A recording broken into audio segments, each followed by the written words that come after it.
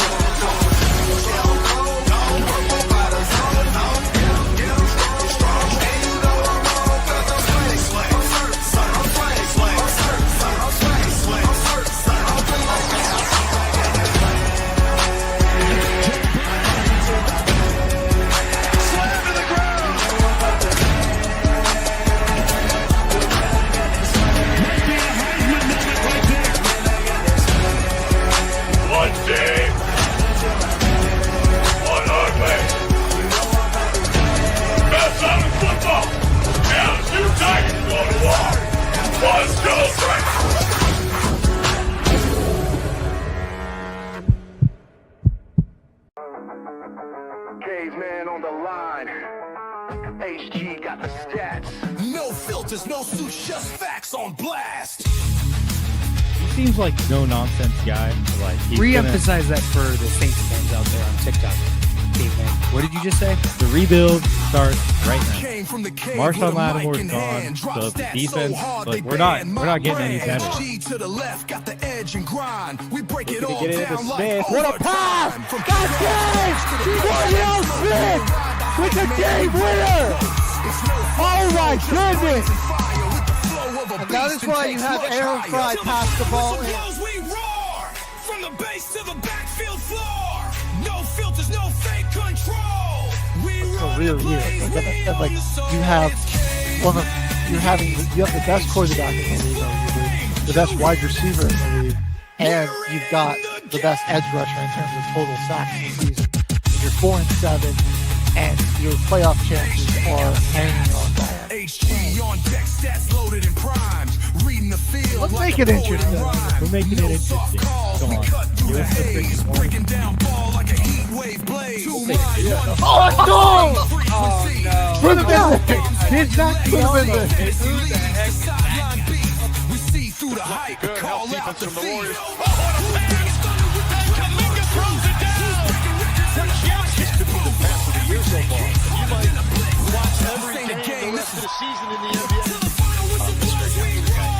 So don't you go saying that you're never going to see that. You're such a hater.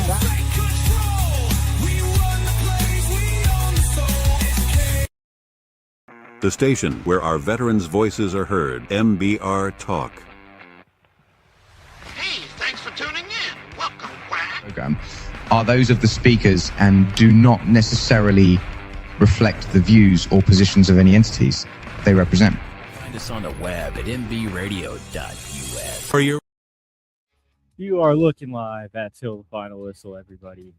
HG and Caveman back in the house for another episode. Week 18 for us here in the house. And man, we had an awesome weekend.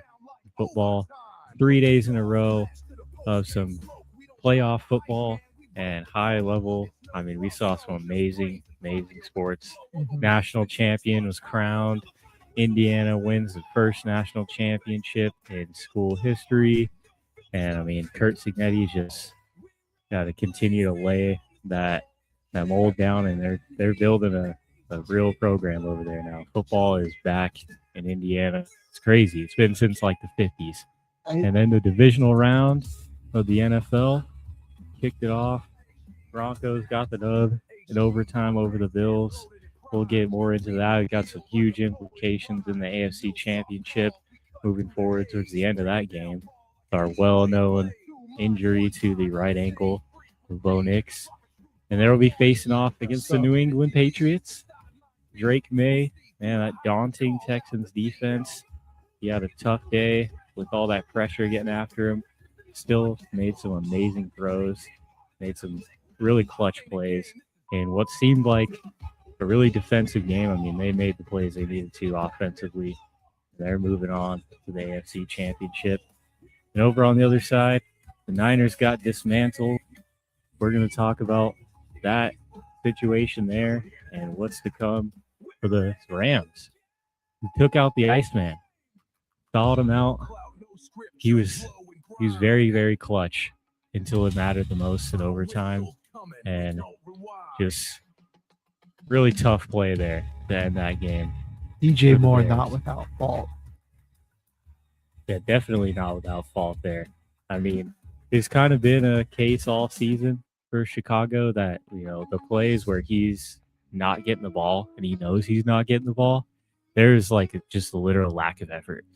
I mean, there's no chance that on any play besides a run play that DJ Moore could not get the ball, Like, if it's a passing play with Caleb Williams on your team, with one of the masters in the scramble drill in this playoffs, as we've seen, they made two amazing plays against the Packers in the wild card round. So you go to think, like, what happened? It's like him and Colston Loveland, though, their connection in the broken play in the scramble drill, just how he keeps his eyes back to the quarterback and finds the open space. I mean, really hard to see that from a rookie tight end in the league now. I mean, it's rare. But let's get into it, man. We got the coaching carousel too. There's so much we got to cover today. I think we got to start with the national championship in Indiana. That might be one of the greatest stories in all of sports. What's going on with that team and what Kirk Cignetti has done for this program. I mean, before he got there, Indiana was had the most losses in college football history. They were the first team to ever reach 700 total losses over program history.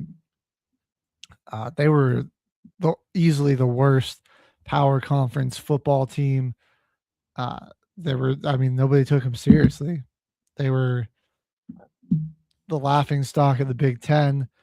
They were, for all intents and purposes, just a basketball school, and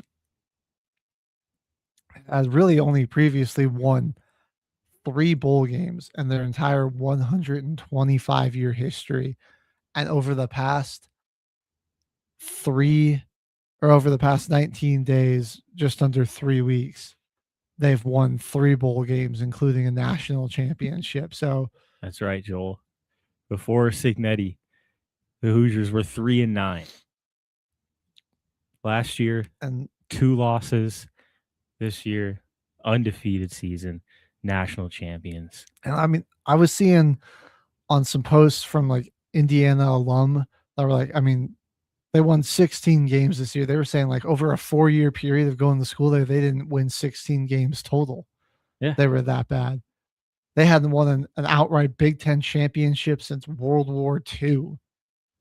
And they'd never been, in a position to play for the national championship. They only had 3 total bowl games to program history. And they still hadn't even been able to go into Penn State and beat Penn State there at Beaver Stadium. So just so many firsts here. Get your first Heisman winner with Mendoza, and They take down the Miami Hurricanes, a really good Miami Hurricanes team, 27-21. That's crazy right there. They were talking about taking away football academic scholarships at Indiana University 5 years ago. Talked about changing the program. That's just insane. But they found the right guy, and it's like I said. I mean, this is going to make an incredible movie one day. It is, because it was just such a destitute and hopeless feeling there. They just could never. I mean, it's over a century of just never being taken serious. I can think of another something else I heard from an Indiana fan saying that for a while they'd tell newer fans, like, we don't win often, but you'll learn to love it. And you would just see the stadiums just like half empty, barren, like people weren't showing up. And so for all the diehard Hoosier fans, Hoosier football fans, everyone in Bloomington, like, it's just couldn't happen to a more deserving fan base. And I think this is this is like things we can get with this new, transfer portal and NIL era. Is it finally gives teams that just have been historically stuck in the mud, if they can, they play their cards right, they can, will anybody do what Indiana did? I mean, that'll be tough. I mean, it's an insane turnaround what they did, but you can certainly start to turn your program's history around it and get them going on the right track. And who knows? I mean, maybe one day other teams will be able to do what Indiana did. And when you get a legendary coaching hire like that, I mean, what's that school that the DA over there, the sports director, all those guys, whoever was able to get Kurt Signetti hired over there after going 3-9, he just went on a 1-loss season, or at James Madison, won the Sun Belt, got them into the FBS, and now they're in the Sun Belt Conference.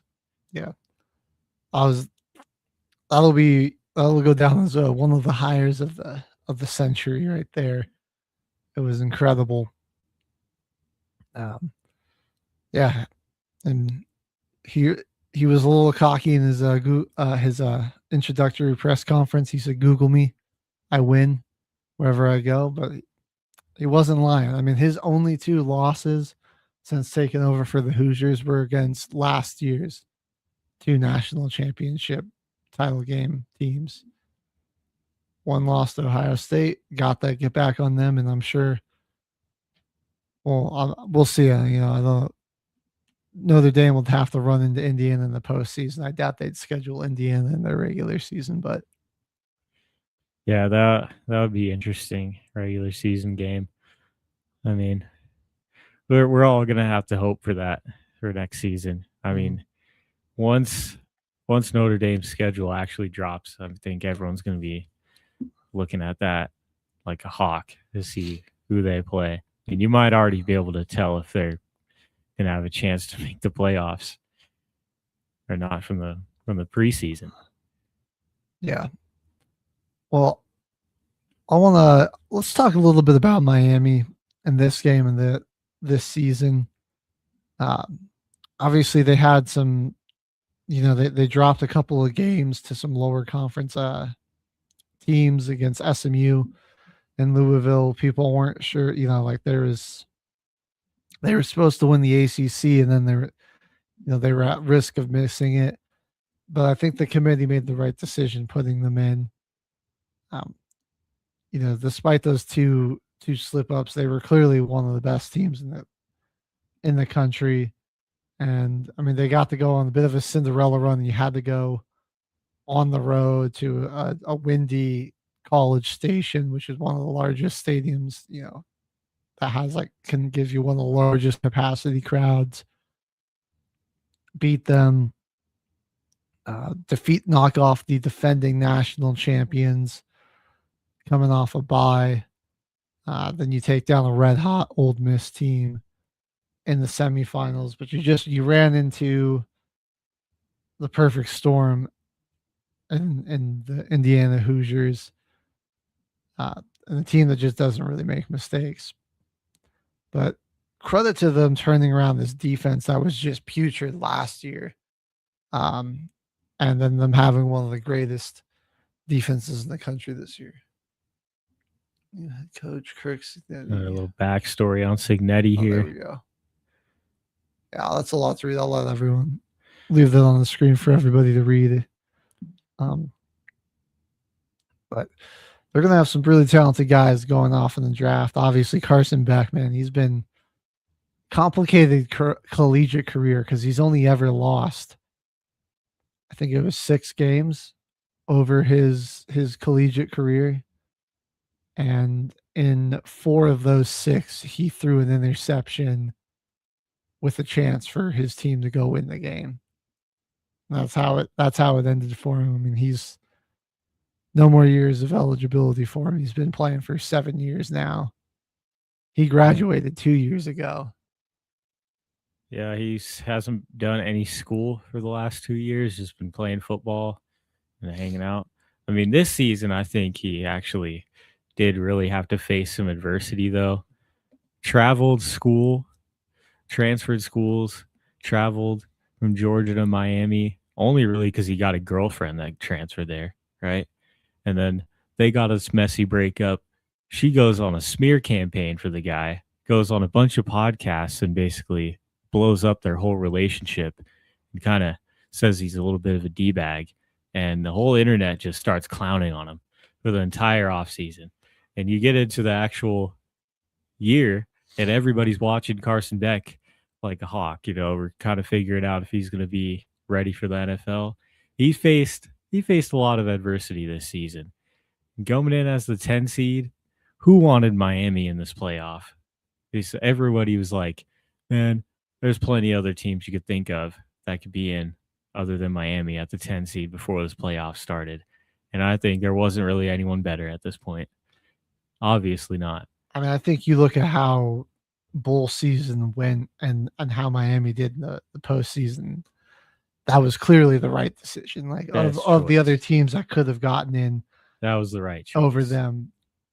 A lot of them sort of fell flat on their face in their bowl game or didn't look as impressive. So, like, Miami definitely gave us some of the best competition, like right there. Yeah, Beck, his final season, he's going to finish with 3,800 yards, 30 touchdowns, 12 INTs.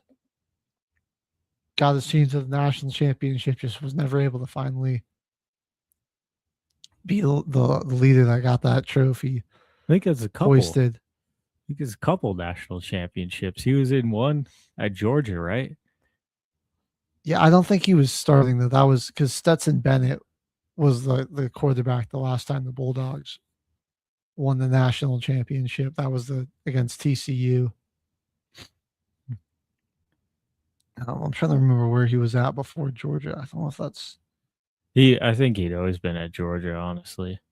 Yeah, dude was in the same recruiting class as Bryce Young and CJ Stroud.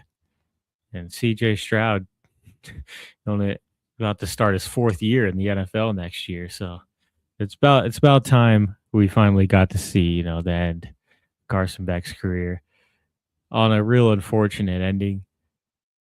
Really good read by that safety and corner right there. Yeah. I mean, they played the ball perfectly. And he thought he had one-on-one coverage. And corner knew he had safety help over top and just jumped the route. Picked it off to win the game. 45 seconds left. I thought they were going to go down and win it. They were kind of moving down the field until they got to the 50. And they got stonewalled on 1st and 10 and took a shot on 2nd down, leads to an interception. Pretty sure. I see what Beck was going for too on that the play that got intercepted, but I mean it was there, but that had to be a really perfect throw, and he did not put nearly enough air. Like, you had to get like enough air on that ball, but then also get it to drop like perfectly right in between those before defenders. the safety could get there. So it's a really tight window throw. Like it was. And then that situation, like I get you do kind of have to be aggressive, but clearly he didn't have that in his bag with the arm talent. Just wasn't the right throw there. I see what he was going for. Yeah. But that had to be a perfect throw, and that's where the decision making. It's like in that situation, he left just enough room for. It's second down. Like you can probably get, a little closer before you take a shot like that. But I see what his vision was. I want to also talk about Mark Fletcher, Malachi Tony. These guys were some special talents. With him returning this year, is Tony going to be the best receiver in college football next year? There's still some room for a lot of other guys, but I think with the right. It's probably going to be between him or Jeremiah Smith. Maybe Nick Marsh. Now that he's a Hoosier. He's a Hoosier, yeah. But was he a red shirt or a true freshman? I think he was a true freshman, right? At Michigan State. No, I'm talking about Tony. Sorry. Oh, I'll have to check his player profile. I'm not sure if he redshirted. Okay, but regardless, as a freshman this year, what an insane season. He logged 109 catches. He had 1,200 receiving yards and 10 touchdowns. That's not to mention he also, he had what he was able to do rushing the football. He had 113 yards on 23 carries and also ended up getting a touchdown. Plus, he was a really dangerous returner. I think he had a return touchdown as well this season. And I believe they get Mark Fletcher is coming back for the Canes as well. He's only a junior. So he's got one more year of eligibility. He's going to use that. So there we go. There's still some good transfer portal QBs that are out there. And there's obviously a big hole for Miami there at the quarterback position. What are they gonna do there? That's going to be really interesting. I think Darian Mensah, that's a big name that still hasn't made a commit anywhere. I didn't even know he hit the transfer portal. Yeah, he's in the portal. That's somebody they should look at, dude. He had a nasty season with Duke. Really came out of the blue. They won the ACC. That's definitely somebody they could look at. Yeah, so Mensah's still available. Let me see who else I got. Damon Williams from Washington. Oh, Damon Williams. Yeah, he'll certainly be highly sought after as well. I'm going to just check their roster. Walker Egan is apparently trying to transfer from San Jose State. They had a pretty productive season offensively. I don't know if he'd necessarily be a big target. Here's a bit of a sleeper pick. Parker Navarro from Ohio. Okay.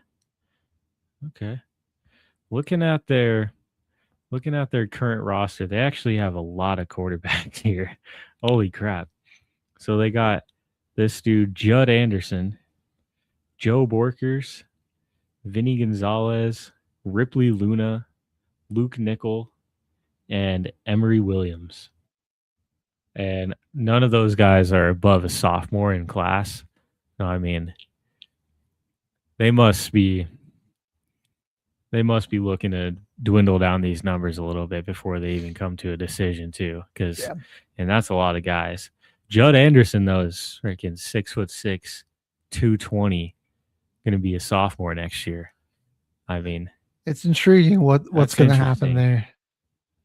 Obviously, I think the bigger thing is that Miami is going to have to do some replacing of their offense, their defensive talent on the other side of the board. We know Ruben Bain, he's going to probably be a top 10 draft pick. Both of their edge rushers are first-round picks.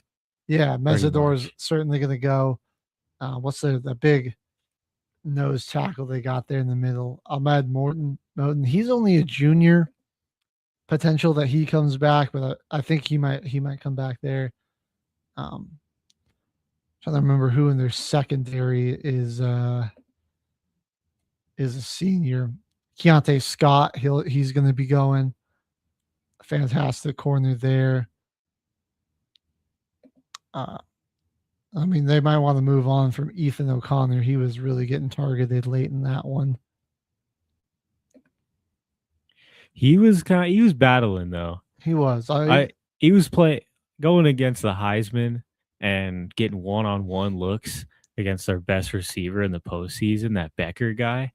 I mean, that dude came out of nowhere for Indiana as well. Like, he wasn't even really the guy all the way through the season. So good at throwing that back shoulder throw. That's unguardable if it's in the right spot. Yeah. Like, if you're a DB and that you're playing against a quarterback that has just a beautiful back shoulder pass, like, it's a bailout in literally any situation if you have a sideline route. If you put that ball in the right spot, it's unguardable. That's like that's like the sky hook of football right there. And like him and his receivers, like Surratt all season and Becker in the postseason, they just had such chemistry on those throws. I mean, it was just the timing was so great on those. It's like, yeah, like O'Connor he had pretty solid coverage most of the time, but you just can't really beat a good back shoulder throw. Even when there was just a huge third down conversion leading to that fourth down touchdown run that they had from Becker, where O'Connor was literally like falling on top of him, bending his neck and his like face mask into his shoulder pads and just like completely crushing his head and neck. And he still ended up with the catch. And it's like his ankles are turned, like that definitely had to hurt. So it didn't let go of the ball. Like, just sometimes you can't even, your best defense is just there's no chance. Yeah. And it was 4th and 5. They called QB draw. They were lucky enough to get the same look twice. From the post-game interview, they asked Curt Cignetti why he even went for that call, and he told them that they brought out the same coverage look, back-to-back plays right there after the timeout. So they ran the QB draw, dude, and breaking like 6 tackles, spin move, and diving 4 yards like Superman, getting hit in the back too. That'll live in college football infamy forever. I mean, that'll forever be in like the highlight package of like the greatest national championship plays. That is one of the greatest plays the sport has seen. I mean, it was just like pure will and determination from a Heisman winning quarterback, and like such a huge moment of the game. It was such a huge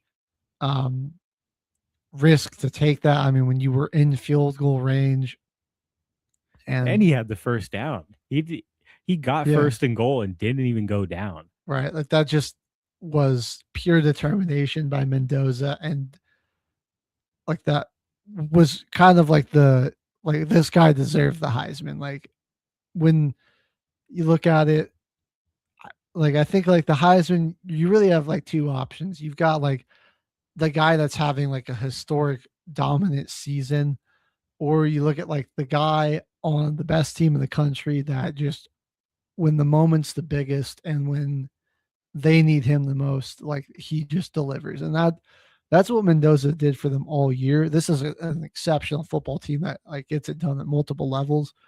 And like Mendoza didn't do anything gaudy in this one. I mean, only had 186 passing yards, the rushing touchdown. They're getting after him all day. Yeah.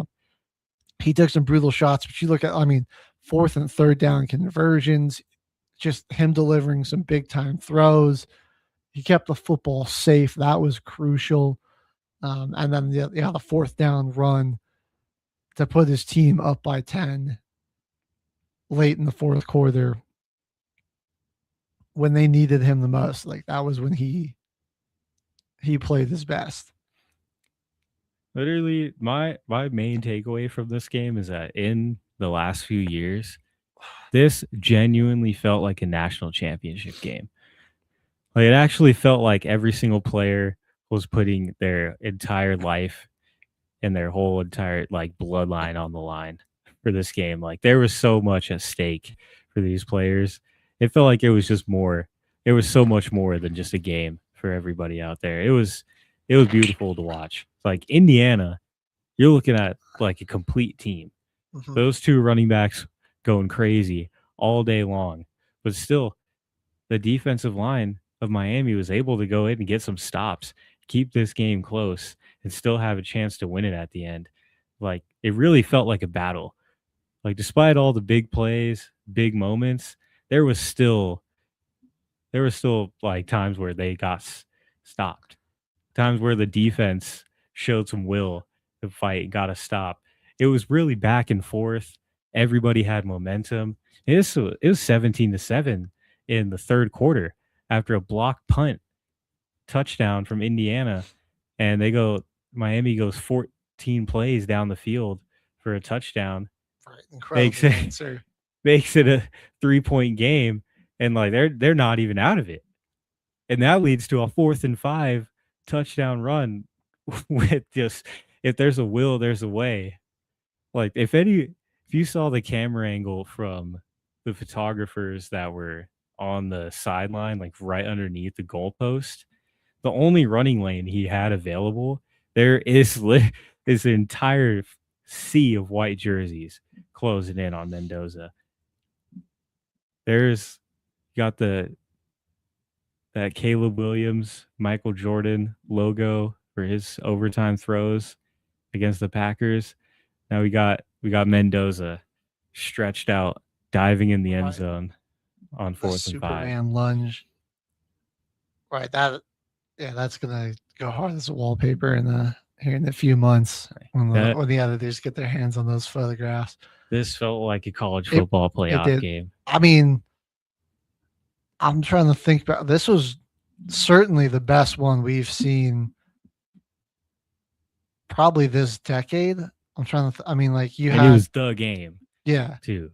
Like I'm just like of our national championships since 2020. I mean, 2020 was a COVID season. That was weird. Who was 2021? Was that Georgia? TCU? No, that was 22. That was 22. 21. Oh man, why am I blanking on this? Was it Georgia again? It was like a Georgia Bama or Georgia Clemson.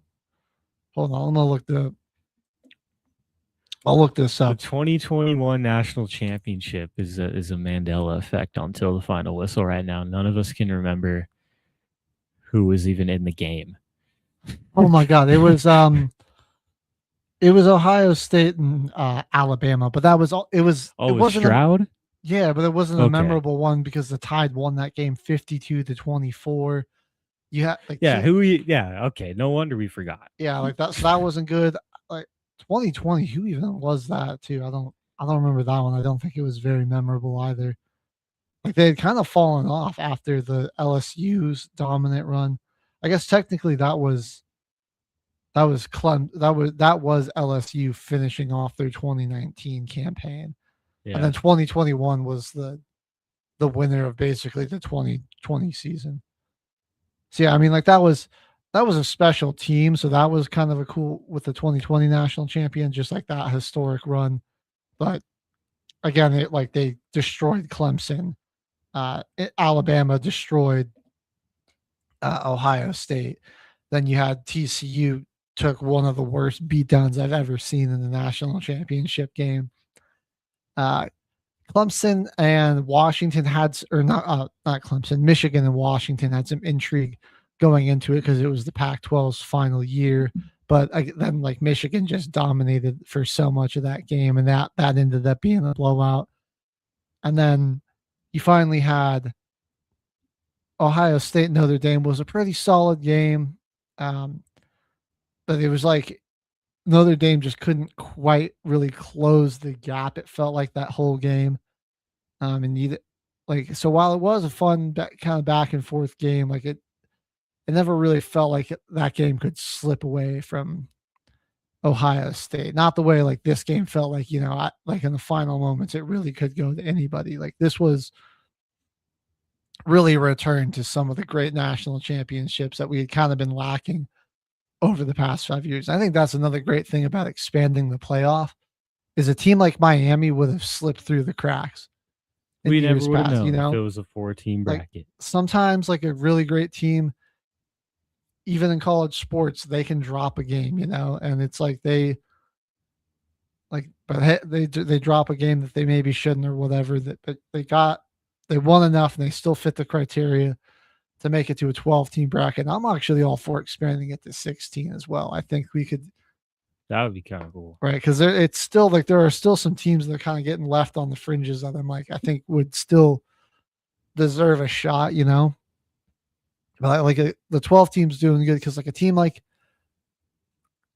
Miami would have slipped through the cracks. Or last year, like Ohio State wouldn't have fit the criteria to be in the top 4, but they ended up winning it all anyways. And like Notre Dame, like wouldn't have really fit the criteria either.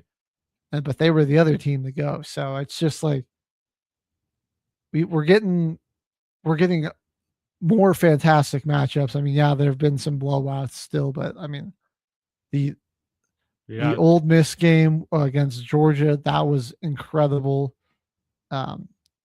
The Ohio State Miami game and the Ole Miss Miami game were both incredible games. Indiana, potentially, there's 16 teams.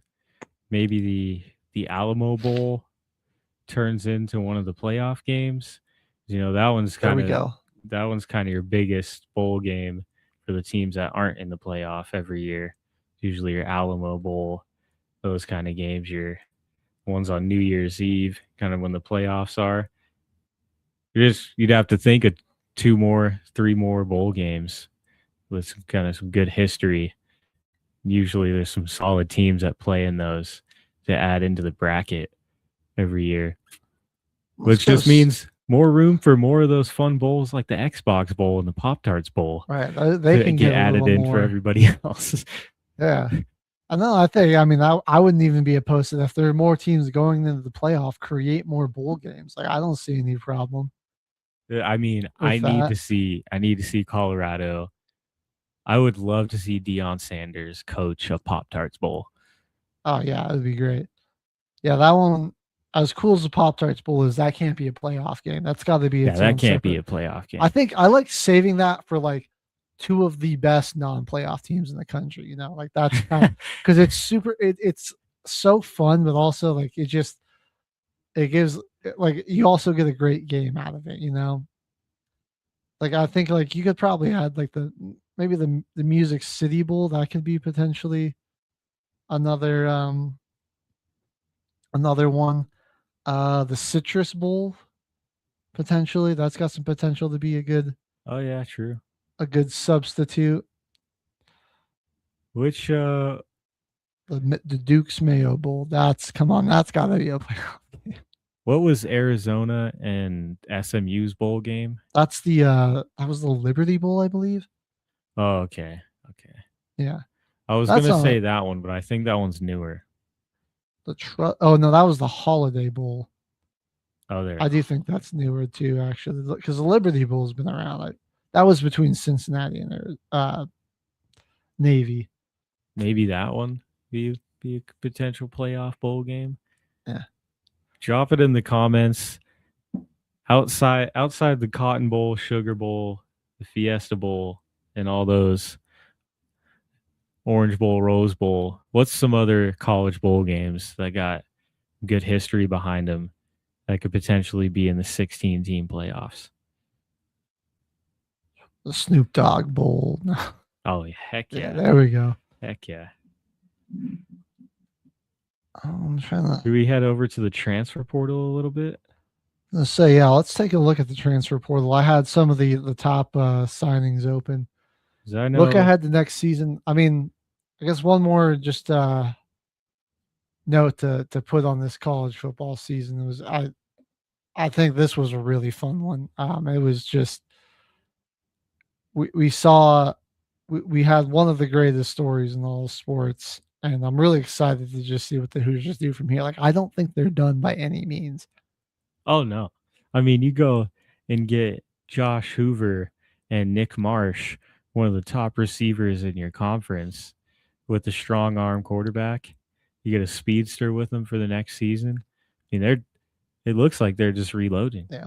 Let's pull up Indiana's transfer class, because I mean, Cignetti's kind of sticking to his guns too. Like, he doesn't like to go for those 5-star recruits, man. He likes to bring in those good 3 and 4-star recruits. So he's got, I mean, Marsh and Hoover are both 4-star transfers. But then, like, you look at like some of the guys he's getting for the interior of the offensive line. 6'5", 318 Joe Brunner from Wisconsin is bringing in Caveman, or I'm not Mohawk rather, would probably know good deal about this guy. But Toby Usawani, an edge from Kansas State, also bringing in Joshua Burnham from Notre Dame, another edge player there. Okay. Sneaky good ad at the running back position here with Turbo Richard from Boston College. Oh yeah, I saw that. That's huge for them. I mean, that's already like your 3 biggest players right there in your offense. Turbo, Nick Marsh, and Josh Hoover. Right. And I think at least one of their running backs might be eligible to return, Hemby or Black. I think Hemby is the younger one. Hemby's a senior, but I don't know if he's got the senior. Okay, they're both seniors, but again, like, it's not. It doesn't show on ESPN if they were a red shirt, right? Or like, I mean, like when they started, because I mean, you get those COVID years where you get the extra eligibility. So I don't know for sure where they're going to be at. But on the secondary, they got AJ Harris from Penn State. Very excited from that. He'll be a senior quarterback next year, but he was one of those bright spots from the Nittany Lions this year. And they brought in another edge player off of Kansas, Chitty. I don't know how to say that. I'm sorry, Chitty. Shaz Preston from Tulane. They sniped a freshman tight end from Miami, Brock Schott. Got a safety from Wisconsin. They're bringing in Jaquan Sanks from Cincinnati, another cornerback there. Got a defensive lineman coming in from Tulane. Bringing in a corner from the FCS champion Montana State Bobcats, that he's transferring to Indiana now. And then, even getting some special teamers. They got Iowa State's long snapper. They're getting Hawaii's punter. And they got Troy's kicker transferring here. Patty McAteer, Billy Gowers, and Drew Clausen. Special teamers. So, I mean, like, Cignetti really has an eye for talent, though. So, like, I'm looking at all these guys. And I'm like, he really, like, they're some 3 and 4 stars. I mean, obviously, there's some big names that everyone like recognizes that were highly sought after recruits: Richard, Marsh, Hoover, Harris. But yeah, then like some of these other guys, like, well, I mean, they'll probably be on the Big Ten All-American team, maybe the National All-American team. It's really sad that only news in Colorado recruiting right now, transfer portal. So one of our best offensive linemen entered the portal. Yeah, they've the only guy that had allowed only 4 sacks and 3 pressures in his career at CU. One of the biggest recruits that we landed coming into this season, and now he's gone. Colorado's actually had some solid ads though in the portal. They're attracting a lot of players out of the SEC and the Big Ten, actually. The big one, news. I think the wide receiver from Texas, DeAndre Moore, and Boo Carter from Tennessee. He was a fantastic player for them. So that's a pretty big one. Also getting a linebacker from Texas. Got a 3-star defensive lineman coming up from Tulane. We'll see Taj White, offensive tackle from Rutgers, can kind of fill in on that line. That'll be the big thing. Is they Indiana player, Jaja Boyd. Yep. There we go. Got Bo Hugley from Georgia as well, another tackle there. Javion Richardson from Mizzou. They got Cameron Perry from Maryland, Javon McFadden from Ohio State. Got a couple of players off of Utah. Here's a 4-star. Isaac Wilson, who looks like Zach Wilson's younger brother. Maybe he is, maybe he isn't. 4-star lineman on here from Texas committed. Leonu Lafau. Okay. I mean, so they have a pretty big transfer portal class.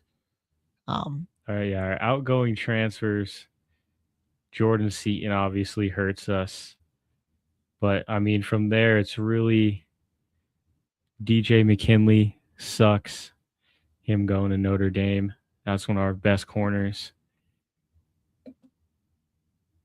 But, I mean, other than those two guys, we really replaced a lot of what had left. Yeah, that Deion's good about getting people to come over in the transfer portal. At least we got a good weapon. Our quarterbacks were too young to have a wide receiver core as unknown as it was. What was last year. that kid's name? The 5-star quarterback recruit who played a little bit after Staub got benched. Why am I blanking on his name? Because I always want to keep calling him by the wrong name. This is why I blank on his name. He's not Mayava. That's USC. No, I'm talking about CU's quarterback. He's a freshman this year. Yeah, he played a little bit. I always mix up those two guys' names. Julian Lewis. Julian Lewis. There we go. Okay. I kept on to say Julian Sain, and I'm like, I know that's Ohio State's, but I'm pretty sure Julian's there. Yeah, he's sticking around with us. Yeah. I mean, gotta just get him some weapons. I think that'll be the big thing. He's got a lot of talent there. Get him some weapons and get him some protection. Yeah. The other big guy Colorado lost was Omar Miller. Oh, really? Yeah, I forgot where he transferred to, but that was a pretty. I didn't see him on that list. I'm glad I scrolled past him. Amarian Miller, he's going to Arizona State, so that's rough numbers. He was the number 17 transfer target in the portal. So dang it, dude. Yeah, looking at some of the top names that have signed and where they're going. Sam Levitt to LSU. Probably the most. We'll see how that goes. I mean, Levitt's an incredibly talented quarterback. So I mean, like he's a great dual threat. So I think they build a good offensive line, than Garrett Nussmeier. I mean, and he looked I'll say he looked pretty impressive against Texas Tech, and they handed the Red Raiders their only loss of the season until Oregon got to them. So he's got playoff experience against the SEC, playing against Texas. So I'm only saying that because of Lane Kiffin, not even really because of the players. It's like what's going to happen this season over there that abruptly ends their year. So I feel like if he's still coaching at Ole Miss, might have a better chance to be in the national championship game last night. Potentially. But I don't know, man. I think that's just more a testament to the players and everything. Looking at, when we're talking about LSU, you look at old Lane's team. He's got a lot of 5-star, or he's got a 5-star in Sam Levitt, bunch of 4-star transfers coming in, including Sam Levitt's potential replacement in Hassan Longstreet from USC, getting an edge player, Jordan Ross from Tennessee, Jace J.C. Brown coming over from KSU. He's getting Devin Harper's following him from Ole Miss. They get Ty Benfield from Boise State, Eugene Wilson from Florida, Fahim Delane, another 4-star safety from OSU, D lineman from Clemson, and Stephon Green. Like a lot of these guys are 4-star recruits, but they're sophomores and freshmen. Not a lot of them with a ton of tape or on the field experience. Let's see who Steve Sarkisian is picking up to help out with this boy, Archie Manning. And it looks like they had made the signing on Cam Coleman, the number one receiver. That's the big one. They got him. They sniped that. They got 4-star from Pitt, Melvin Sayani, a lineman from Wake Forest there. Raleek Brown, ASU, 4-star running back. And they got Holiday Smothers from NC State. Another big one there. Bo Mascro. Yeah. Rasheem Biles on the defensive side. That Cam Coleman signing right now in transfer rankings in the SEC, ranking 3rd right now. There we go. I'm liking some of the talent they're bringing in on defense. Justin Cryer from Florida State as well. That's a really good one. Rasheem Biles. Ian Giffard from Arkansas. He had a really good year. Mm-hmm. So I think, that Texas defense could still be very dangerous. I think if Arch Manning plays the way he played in the final 6 games of the season for the Longhorns, that they might go undefeated. That team looked defensively, they were super dominant. They were really disruptive, and they could force turnovers and takeaways and stuff like that. But then just when Arch was tuned in, dialed in, man, he was putting up throwing for 350 yards and rushing for another 85, 90, and going for 5 total touchdowns. So if that's the type of production he's putting up, Texas probably wins the SEC, and he's probably the Heisman. I'm excited to see what happens next year with Texas, because that's gonna be interesting. Any other teams' transfer portals you'd like us to look at while we're over here? I want to see how. I'm a bit of an Oregon fan. Let's see how the Ducks are looking. I'm heading over to Arizona. Could have had a good chance at making some noise in the Big 12, but they lost some early games in their season. This is a pretty underrated signing, Coy Perch from Minnesota. I forgot he went over to Oregon. Dylan Raiola, I wonder, is the transfer portal still open? Is Dante Moore going to hit the portal? It's still open. I think he's staying, and that's what I think as well. It's his job. Yeah. Dylan Raiola is not going to be no starter just yet. I think it's honestly better off for Dylan Raiola that he's leaving Matt Rule in Nebraska. Right. I think that's just bringing his career down. I don't feel like he's getting a lot of the hate that's coming towards him is because of the team success. I think with a better squad around him, good coach, progressive, I think he could be a pretty solid guy. The Mahomes imitation stuff is weird, but that's he's a really talented quarterback. You can see it. He's clearly got the talent, but I just don't think that's the right place for him. I think Dan Lanning, Oregon, it's going to be a good place to bring out the best of his offensive talents. Let's see, Iverson Hooks coming up from UAB. That might be a sneaky good signing. Aaron Scott got some time to play this year for Ohio State. We got Carl Williams from Baylor. Guys leaving Yale to come play at Oregon. 3-star tackle Michael Bennett. So not some crazy big names, but still some solid guys here, like the Raiola, Coy Perch, DeAndre Robinson from North Carolina. That's actually a pretty big one too, as well. And they stole an edge player from their rival Oregon State. I think this might be a pretty underrated signing in the Big 12. Arizona got 4-star tight end Cole Rusk from Illinois. He had a really good year for Illinois. Oh, yeah. So that's a pretty underrated signing there.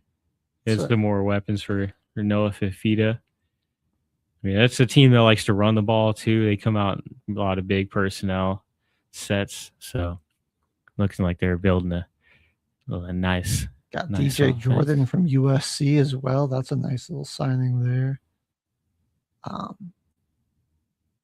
Couple of nice defensive players also, one from Oregon, one from USC.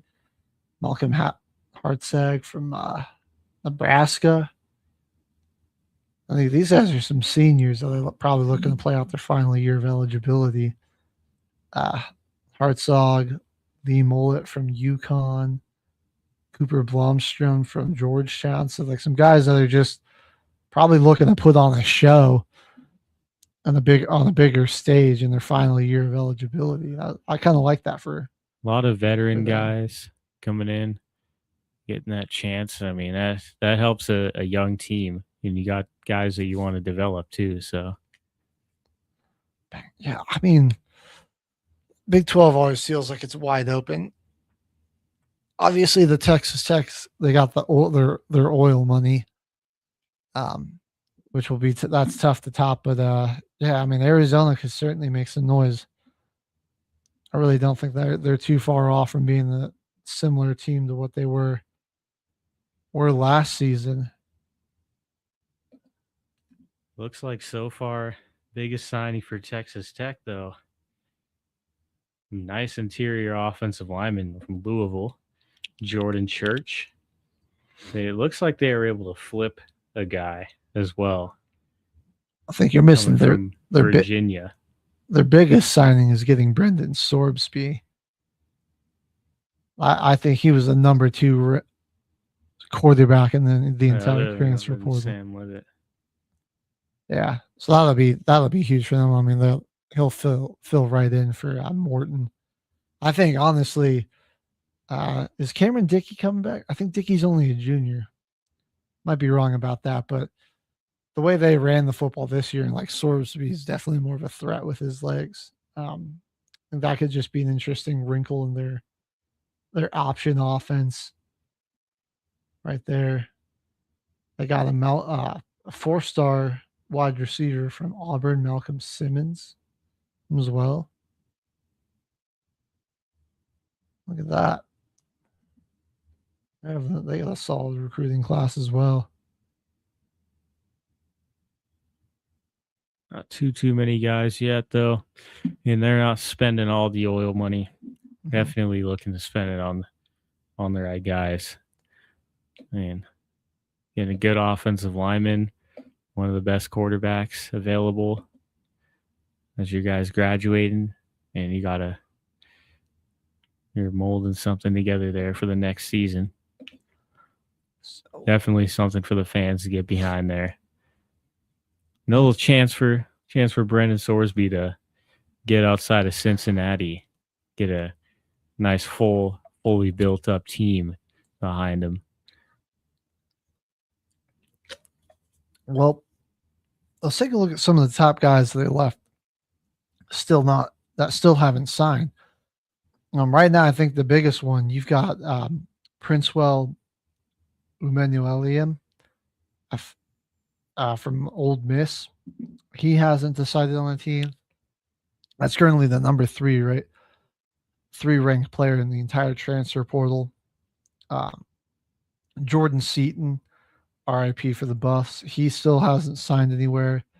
The fantastic edge from Missouri, Damon Wilson's still out there. You've got Caden Lee, the fantastic wideout from Ole Miss, is still there. mentioned Darian Mensah. He hasn't signed anywhere. So those are kind of some of the top guys that are still not available. And then you pretty big drop off after that. Like a lot of the top talent's gotten swooped up there, but some intriguing places. Like where do you think like a guy like Seaton's going to go, and or these edge players, like who could really benefit from getting these guys? And like Mensah, where's he going to sign? I thought that would be the guy that maybe Lane Kiffin was going to go after the transfer portal. You know, he always kind of had the underrated guy, Chambliss, coming out of nowhere. Once his starter got injured, maybe he'd go for it again. But I mean, Mensah, I think, was probably in the top 3, other than Sorsby and Sam Levitt in there for the top quarterbacks. You know, here's an interesting thought, because I don't know if this team's got a quarterback yet or what their situation is, but they just hired a pretty big splash name in the head coaching department. Virginia Tech with James Franklin. I know they got Grunkmeyer to transfer from Penn State, but he's still just a freshman. Meant to be going into his junior year. That could be an interesting destination for him. Could be a big move. Aiden Childs transferred from Michigan State, lost their number 1 receiving target. Maybe they want to rebuild, go after him. They need a quarterback. They want to try and compete. I mean, I guess I don't know if Iowa State's necessarily replaced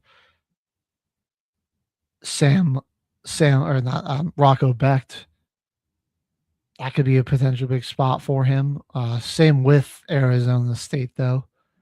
I know Becht he followed Campbell to Penn State.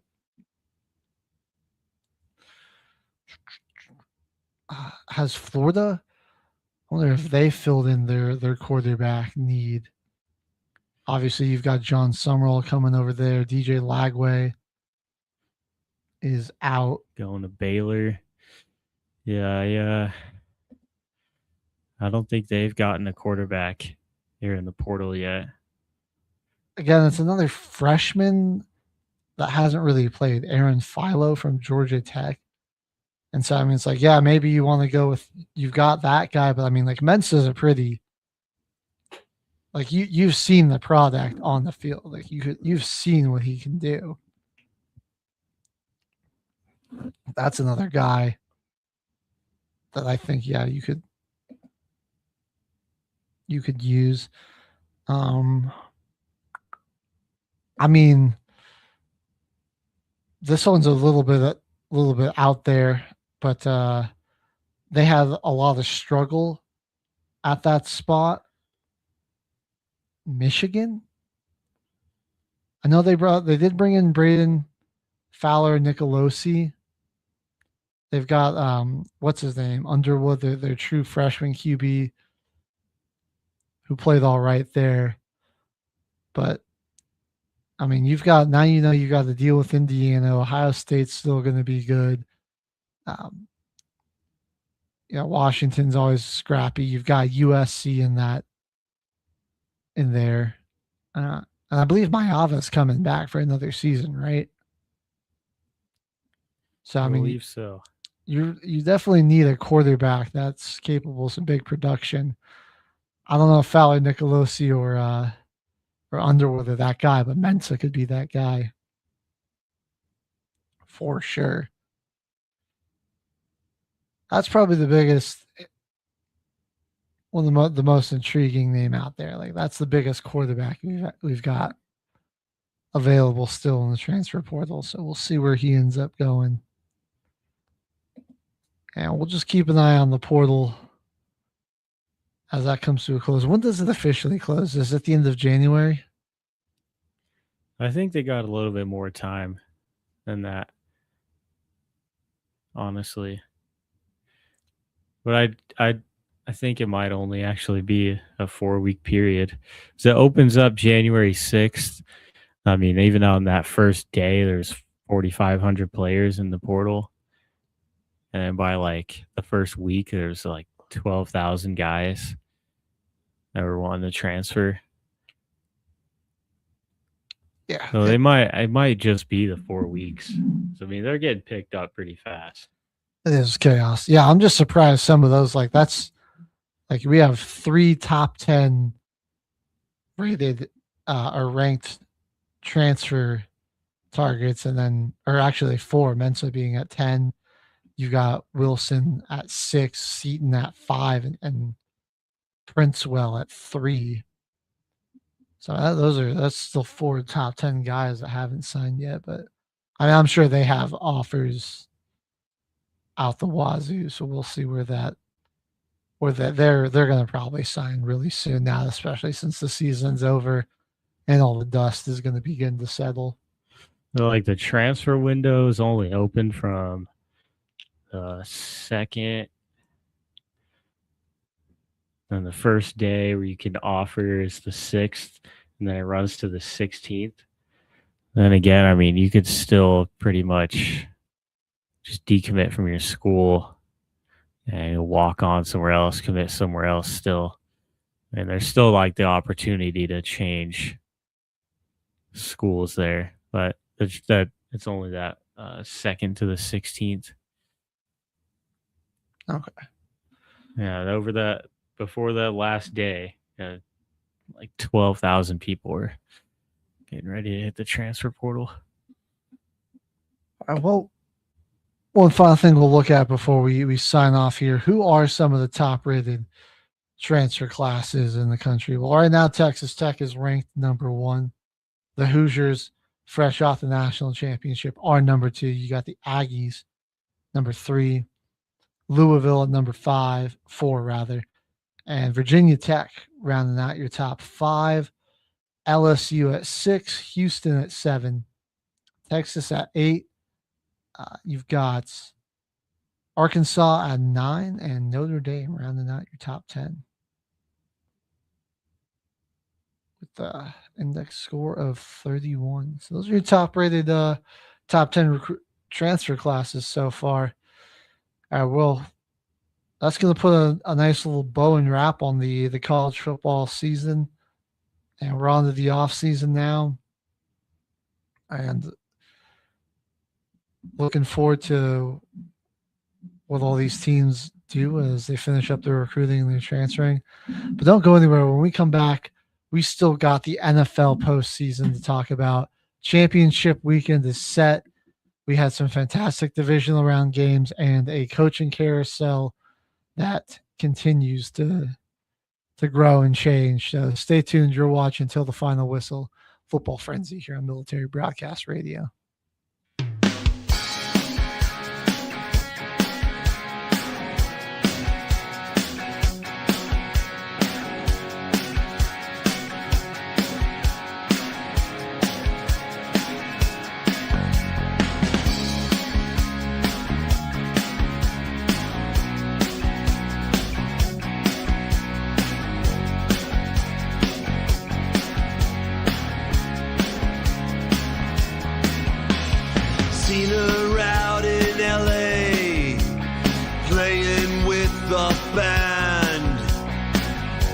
In Carolina, dancing on the sand.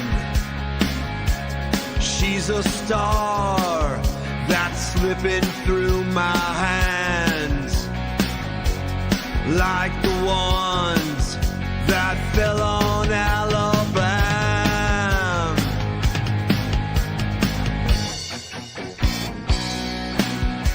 She's red, white, and blue.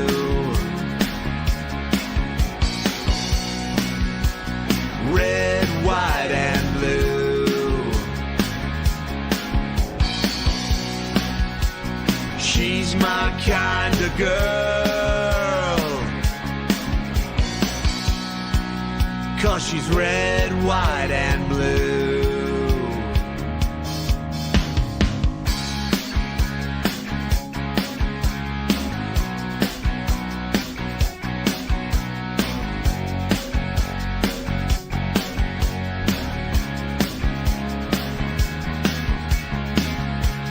She'll get you high as the Colorado skies, and she shines like those New York City lights.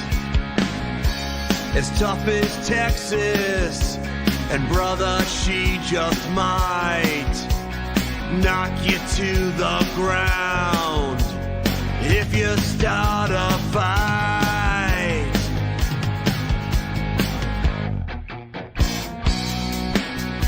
She's red, white, and blue.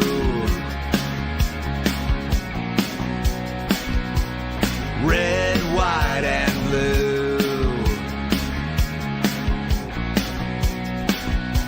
She's my kind of girl, 'cause she's red, white, and blue.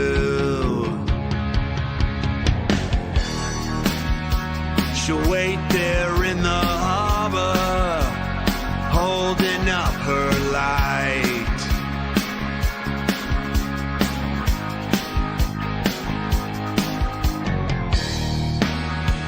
She'll bring a fallen soldier home underneath her stripes.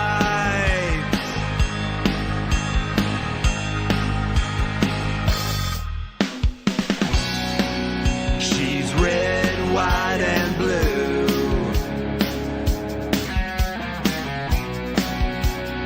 Red, white, and blue. She's my kind of girl, 'cause she's red, white, and blue. She's red, white, and blue.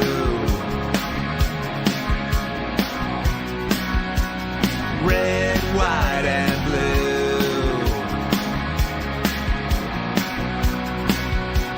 She's my kind of girl, 'cause she's red, white, and blue.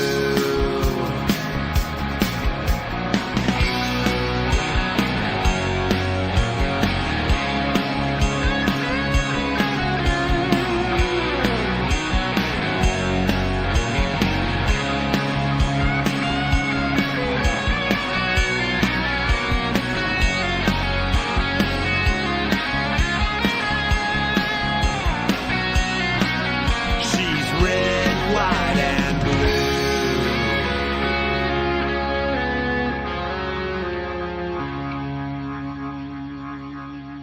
The station where our veterans' voices are heard. MBR Talk. Hey, thanks for supporting our channel by watching and listening. Find us on the web at mbradio.us.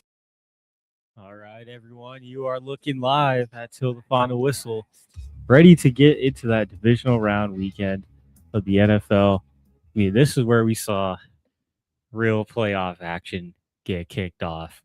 I mean, other than that beatdown that we saw in Seattle, we can get over that one quickly. Niners fans only had one injury on offense. You put up 6 points. Despite all the injuries on defense, I think they had enough healthy guys that they might have been able to, put up some points more than going across state lines to kick 2 field goals. The Seahawks literally scored more points than them on the opening kickoff. Yep. Shout out to Rashid Shaheed. Saints that was legend. Definitely the best moment of the weekend for me, because I hope he's having fun over there.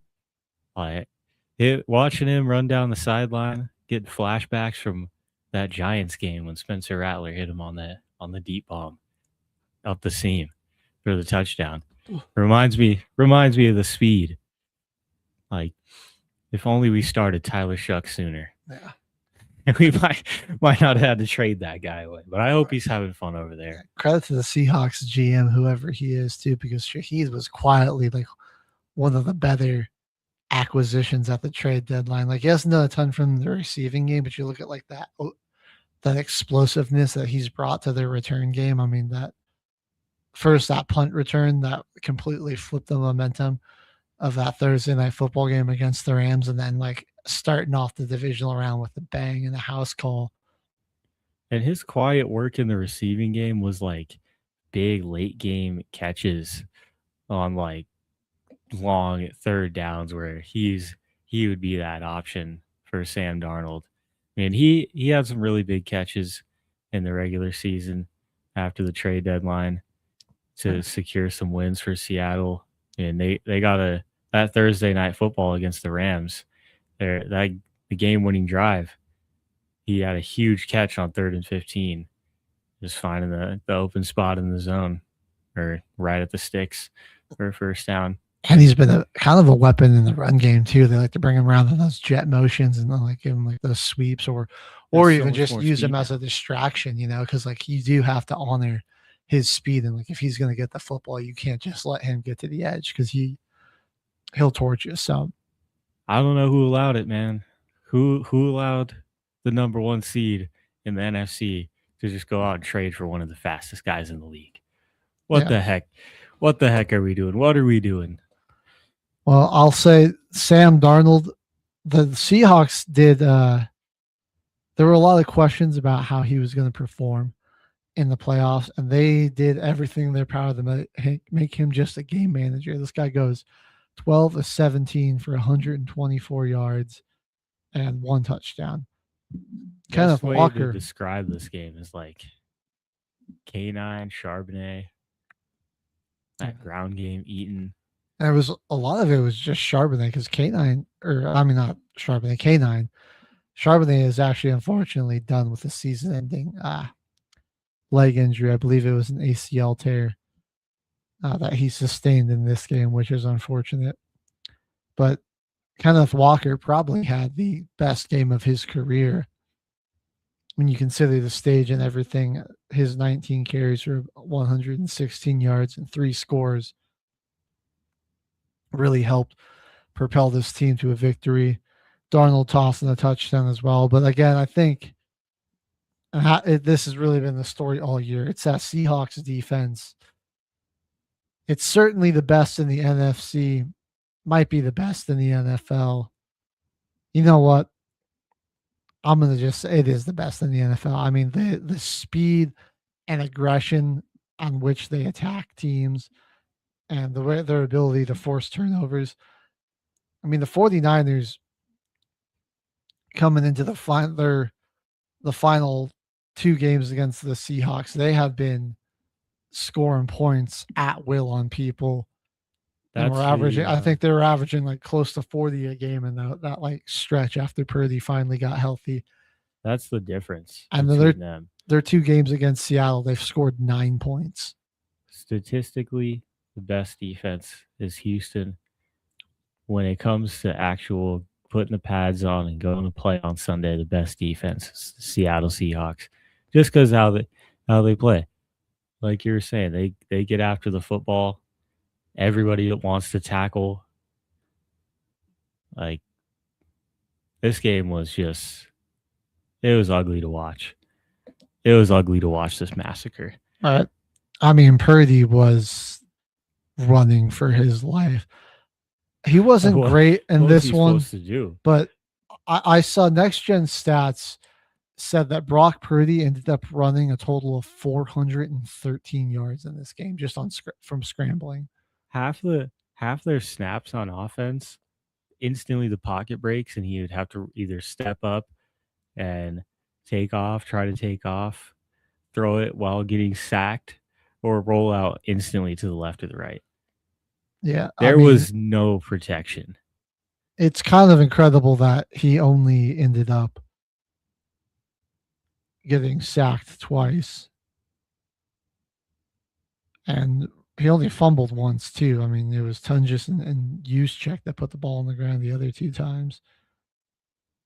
I really don't think it was all that bad of a game from him either.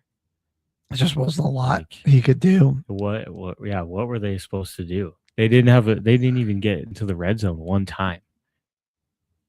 They didn't no red zone opportunities.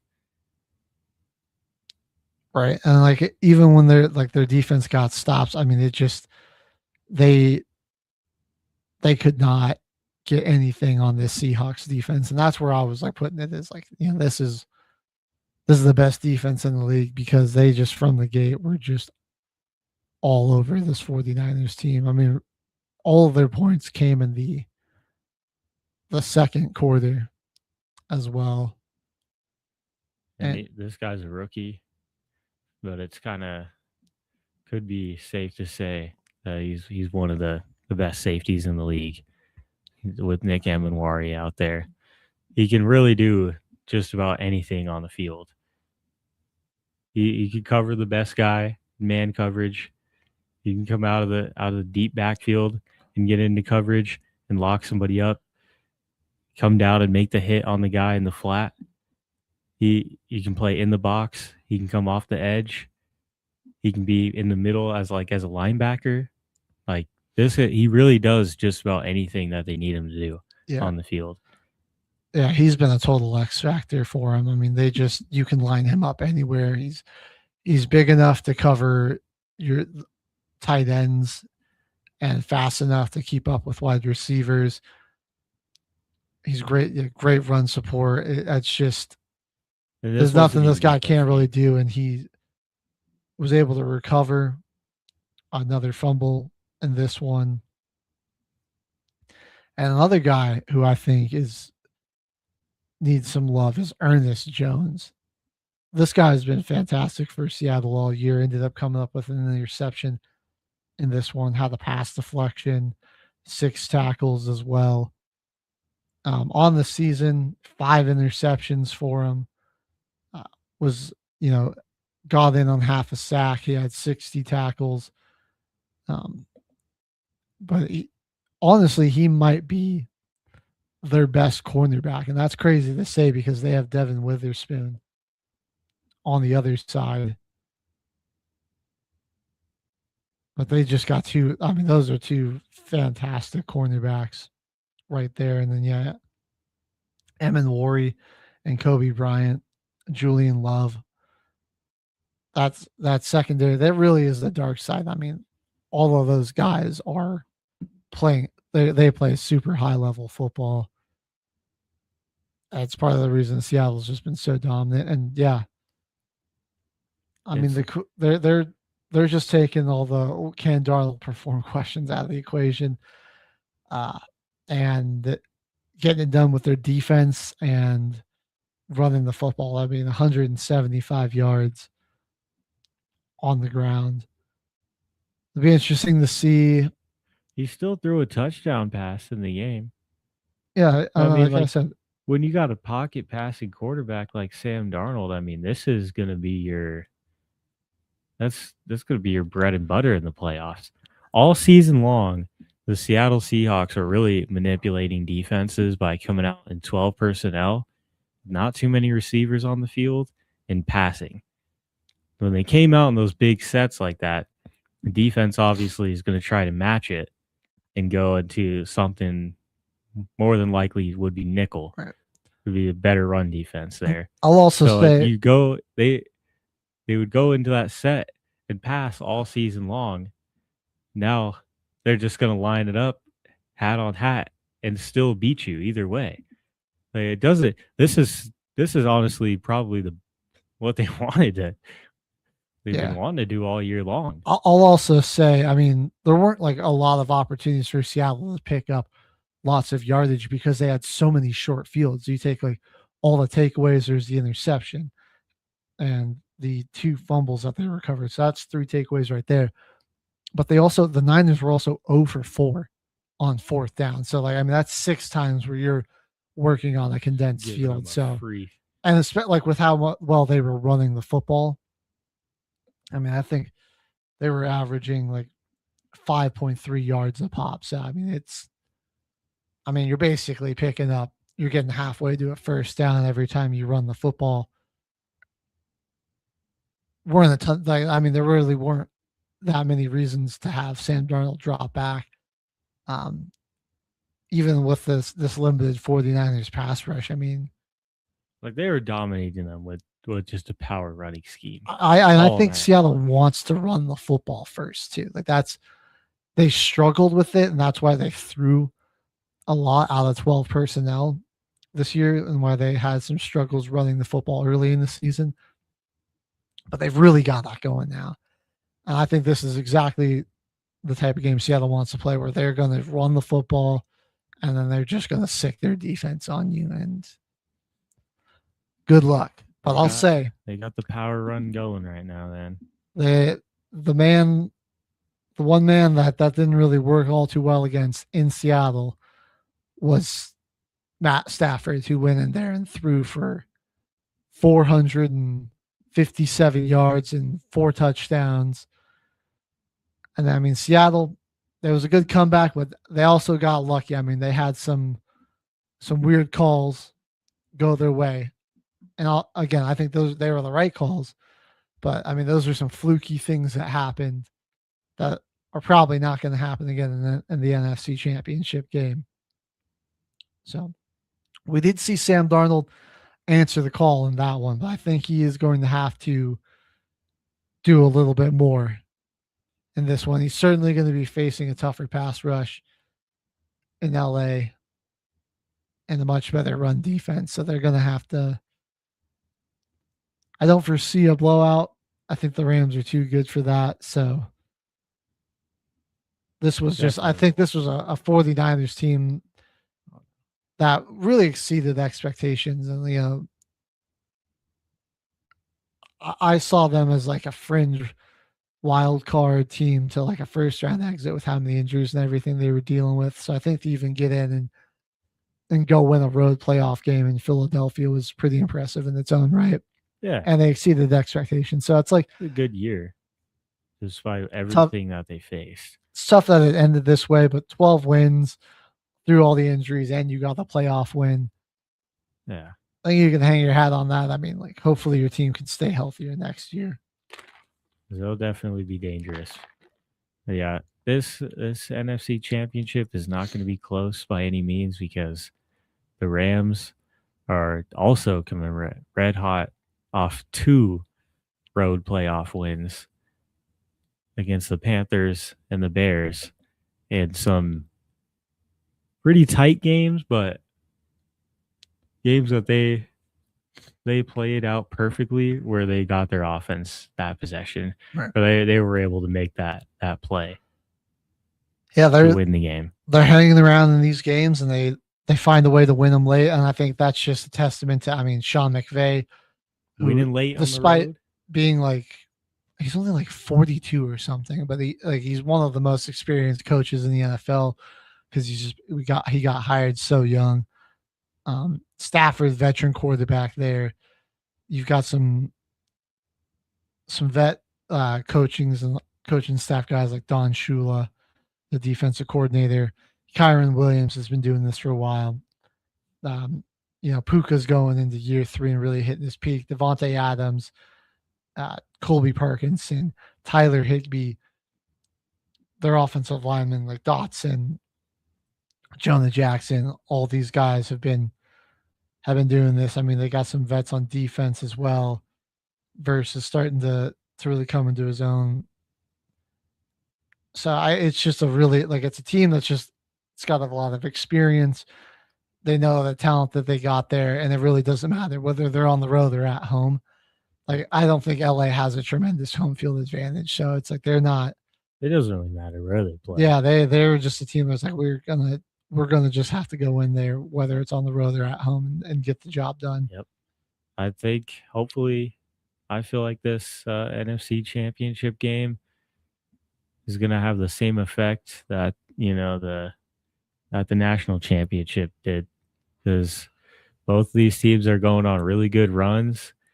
But like you were saying about the Rams' run defense and their secondary, same thing for Seattle. They're going to be facing up against just that. These are the 2 best teams in the NFC this year. Yeah, I think we got the perfect matchup.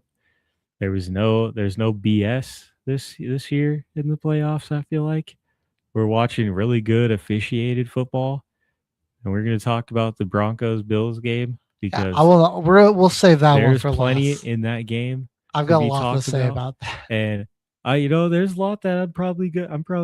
I think we're probably on the same page about a lot of that, because I think this weekend was probably the best for this playoffs. Been really good officiating.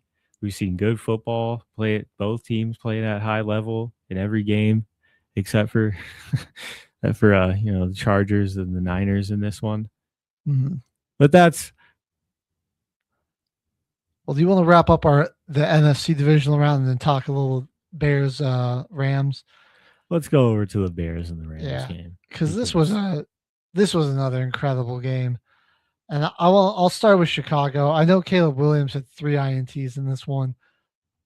One was a pass he threw it a little high, and it was deflected on 4th down, got intercepted. So I mean, the ball was getting dropped either way, so it was going to be a turnover on downs regardless. So I feel like that one was kind of a wash. What was before Cam Krul? Who was that got him? That one, it was Kobe Durant. That one was kind of his fault. He didn't throw the back shoulder very good, and just Kobe was able to. A little bit. Yeah, he really let Kobe make a play on that ball, and then he got him. The Cam Krul interception in overtime. I feel like DJ Moore I put that more on him because that's certainly a more dangerous throw at that point in the game. But I saw Chase McDaniels was breaking down the film, or Chase Daniels rather. There was space there. Moore just had to run to it. And he just had to go to the area.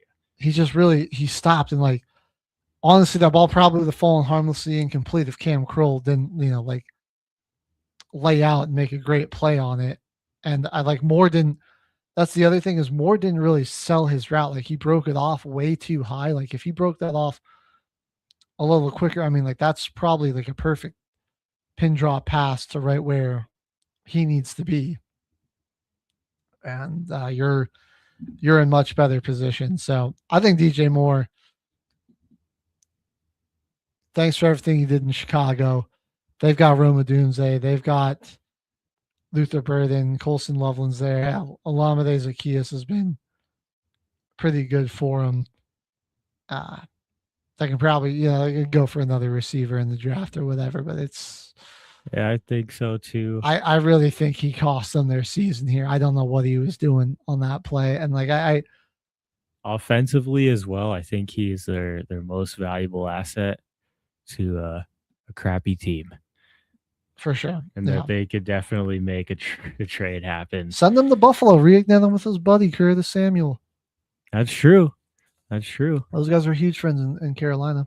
That's why he changed his number to 2, because he was 12. Yeah. Then he was away from his Samuel, who wore number 10, so he went to number 2 because it's 12 minus 10.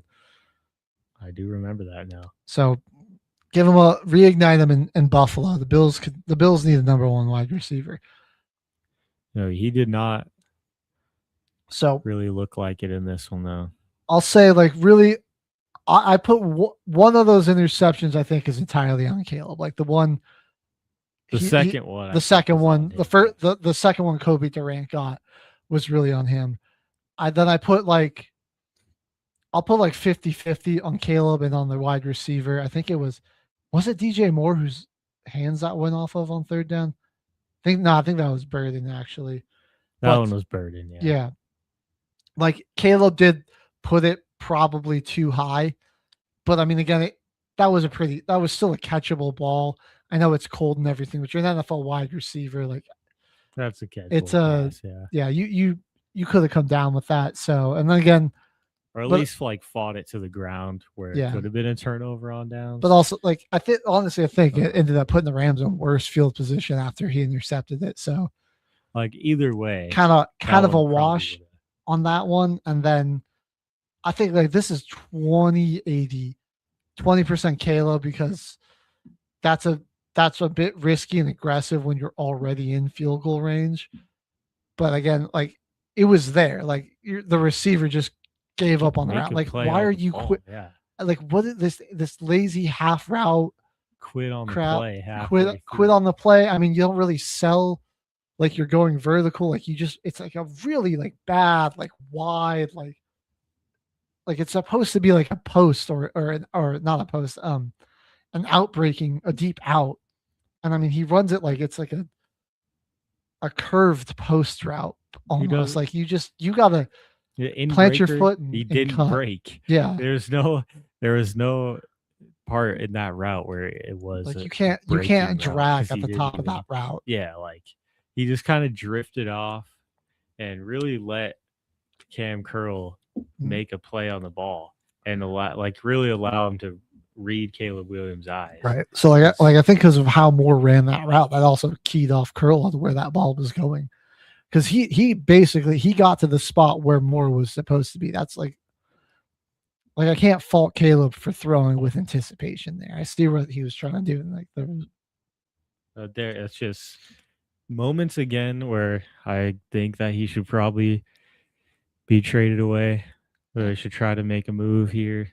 Is just that's multiple moments throughout the season where your quarterback, who's been showing a lot of progression, and your star number one wide receiver are not on the same page.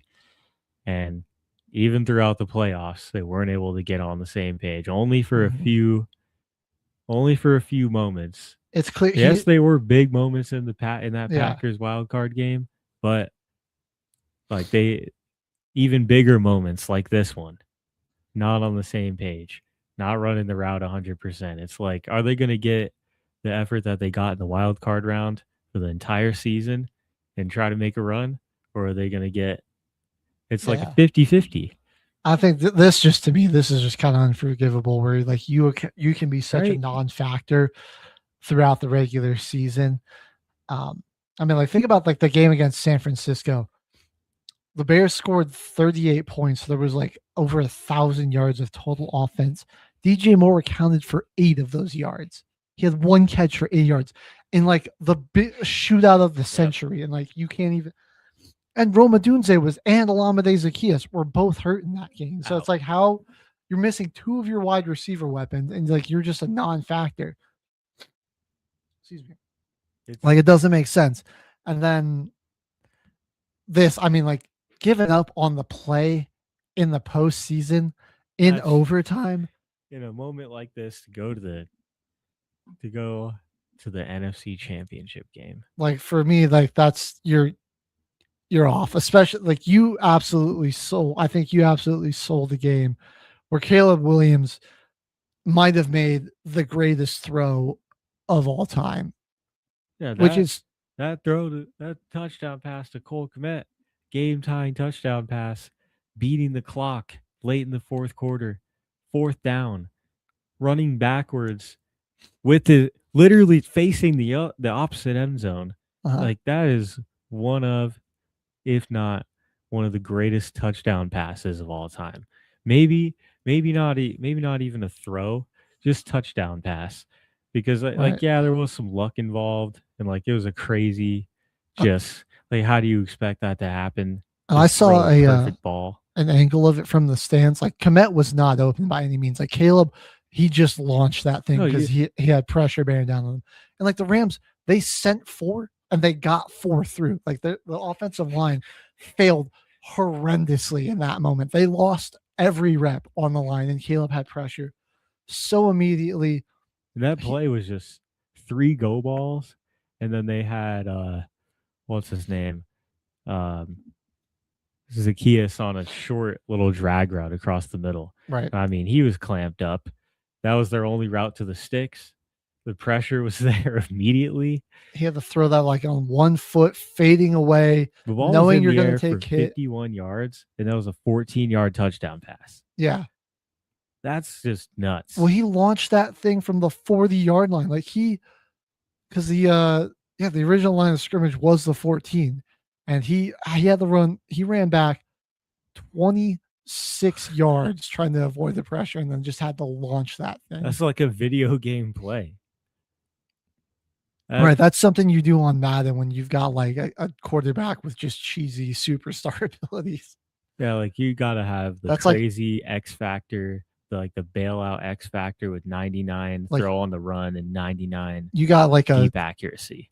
you got a broken Josh Allen card in Madden. He's just like 99 throw power. That's like throw the on one the card run that's and a speed. 100 overall that Yeah. you finally got at quarterback. Like that, one of, if not the greatest touchdown pass of all time. Hold your heads up, high, Bears fans, because this was, first of all, I mean, you've got your guy. Like Caleb Williams, without a shadow of a doubt, deserved to be the number 1 pick in the draft. The throws he's made, I mean, he's given us 2 of the most iconic throws in NFL history. First, that one against the Packers on 4th down, like the Air Jordan throw. I don't think either of his feet were actually on the ground when he threw that ball too. He had to jump past that. That was an incredible one. And then this throw, you've got your guy. You've got the talent for him. You got to just keep that. If you keep that offensive line together, you got the coaching staff, and really, if you can keep most of your secondary and your defense, you got a coaching staff that the front office trusts as well to let freaking that new head coach, first year head coach, make their moves in the offseason. Let Ben Johnson just take the reins and pick up what they needed. And he's slowly been progressing Caleb Williams into what I think is going to be a pretty solid quarterback in the future, man. Caleb's getting a lot of attention and deservedly so. But the Bears defense was really good in this game. I mean, like fully healthy, I think for like the first time this whole season. Jaquan Brisker, Kyle Gordon were absolutely game wreckers off the edge there. And I think that'll be what Seattle's big edge is if they can attack LA with their safeties the way the Bears did. That's another freaking guy that has been having himself a year. Jaquan Brisker, also a rookie this season. I think he was a 2nd round pick. No, Brisker's he was a 2nd round pick, but he's been in the league a couple years. But this is kind of his best. This has been definitely his best year. But similar to Nick Emanwari, he can come off the edge. He can drop back into coverage. He can be a linebacker type. He can play in the box and the run. Like he's really good for this defense, man. One of the leaders. I mean, there was that one possession where he essentially forced a 3 and out. He got a sack. Yeah. Off the edge, forced a tackle at the line of scrimmage, and then broke up a pass. All in one possession. Rams punted. Mm-hmm. Now, we've been talking a lot about the Bears, and this was a really fun season for them. I'm really excited for Chicago and Chicago Bears fans. I've been rooting for Caleb Williams. I want to see him succeed. So this has been a nice run to watch. He got a lot of unneeded hate. Yeah. Like what happened? He was pretty good in college, and then out of nowhere, everyone started hating him for what he was posting online. Right, and I was dumb stuff like, oh, he paints his nails, and we're like he was crying random hate. He's crying after a game, and it's like, all right, I mean, like he still balls out. Who cares what he like? How what aesthetics he has for his own body. Like that's his business. That's whatever he wants to do. And like, yeah, I'd also cry too if I scored 42 points and threw 5 touchdowns and my defense gave up 52 points. Yeah. Like, come on, bro. Like I think you got like people were like, they were like, oh, he can't lead men. But you should watch him in the locker room or on the sidelines. Like his demeanor, I think he's earned the nickname Iceman because he does seem really cool, calm under pressure. He delivers in big moments. And what did Chris Collinsworth keep saying? Calm eyes. That's what I want to call him. Yeah, that is Caleb Calm Eyes Williams. Because that's really how it felt. It seemed like everybody else on the Chicago Bears felt a little bit of pressure in this game, except for him. And you can tell like he wants the burden. He wants the way that he wants it on his shoulders. You know, he wants to be the guy to go and win the game for his team. That's just how badly he wants to win too. Mm-hmm.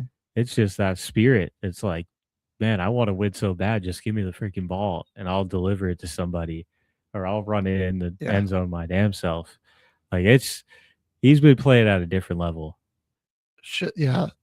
So Chicago, they've got a great thing brewing there. But let's talk about the Rams because and what they did in this game. Stafford got sacked 4 times, and I mean it was a struggle. I mean, like, it was cold. We were seeing drops, some uncharacteristic things out of this team. I mean, I think like the weather was certainly affecting both teams,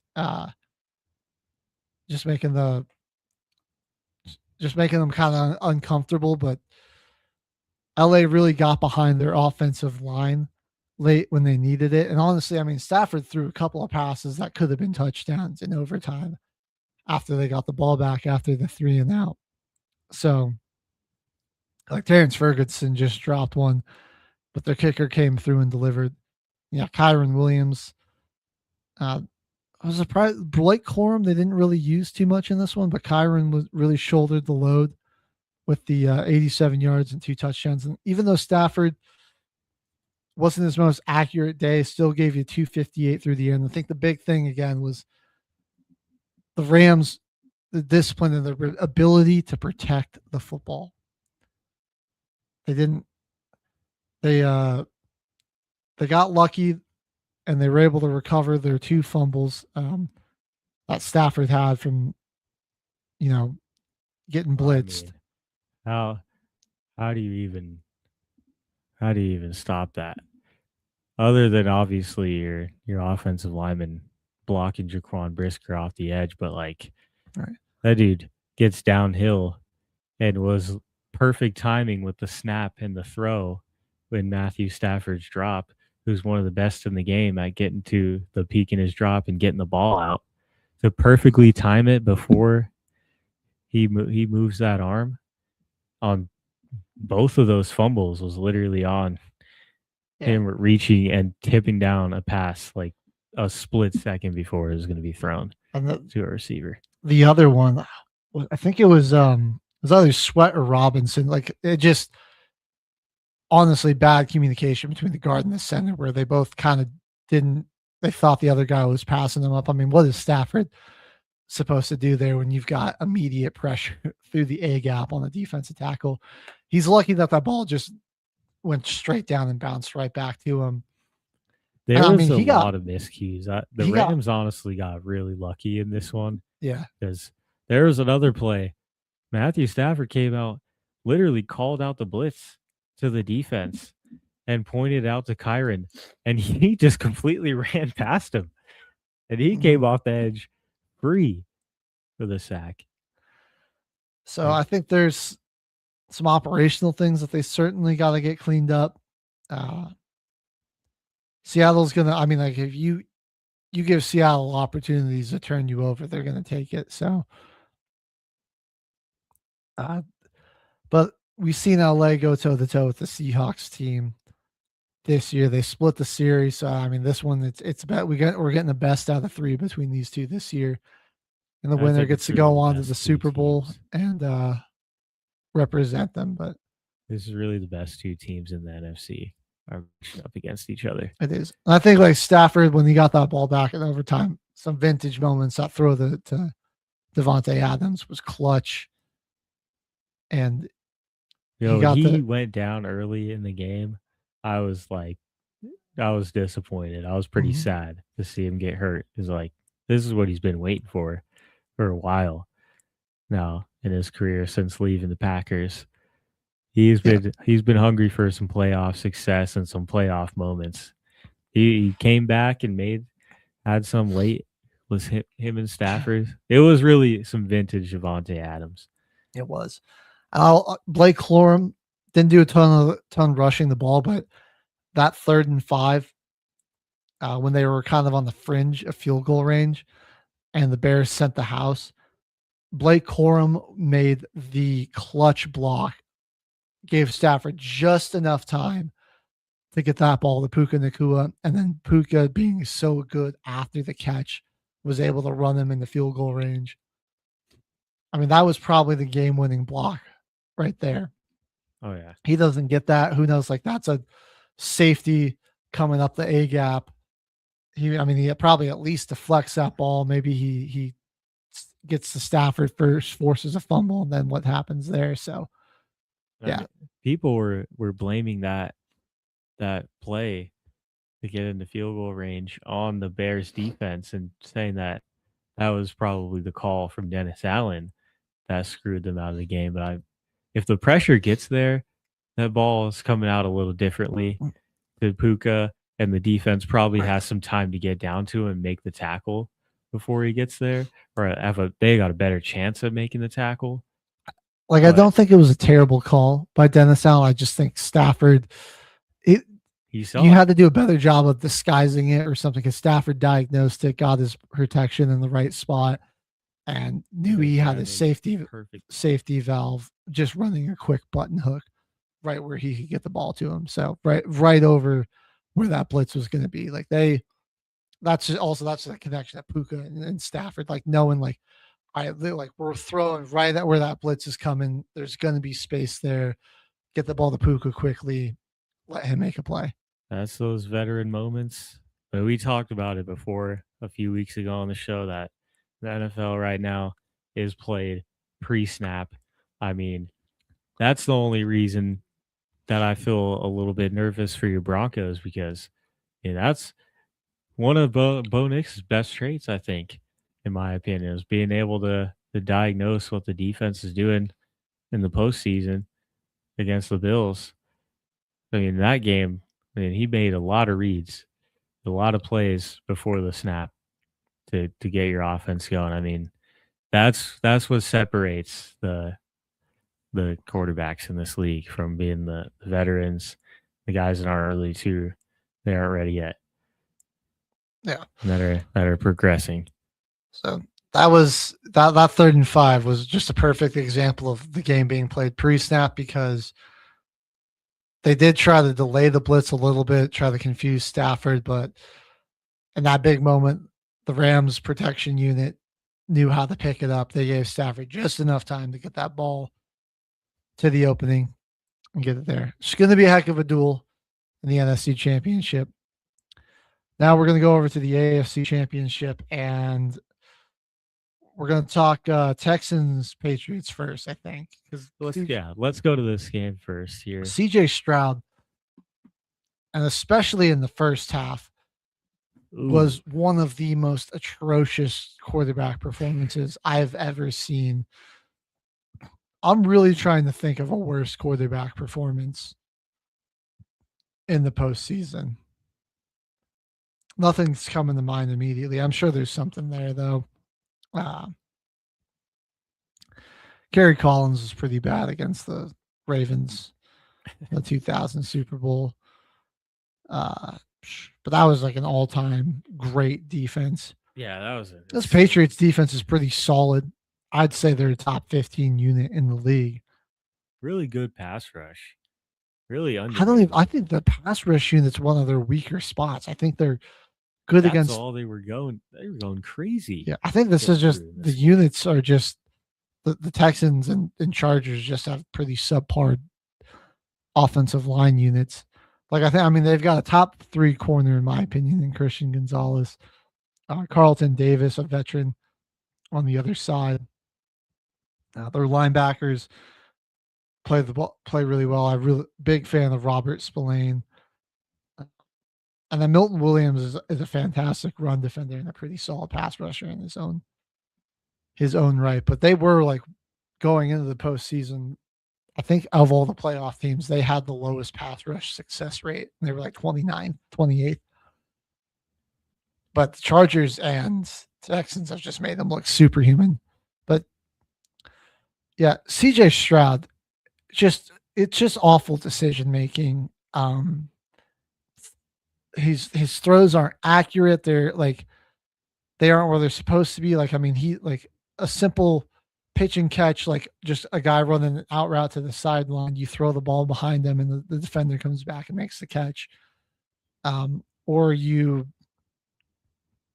try to force it down the sideline. It's another play where it's like, you can that's open, but you got to make a great throw, and the throw is nowhere near good. And like that was his first the play pick. call. That should be really. That's not really what you should be calling to get your quarterback warmed up in this kind of weather. Yeah. It was just downpouring. It was like a rain, snow mix. I don't even know what the heck they were playing in. I think it was worse conditions than what they were playing in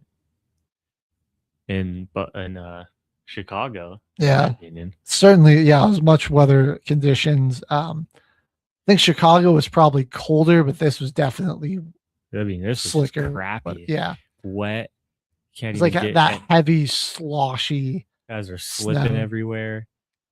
Like positive run plays that should have gone for at least like 5 or 6 yards, cut like 2, 3, possibly nil gain because of people slipping at the line of scrimmage.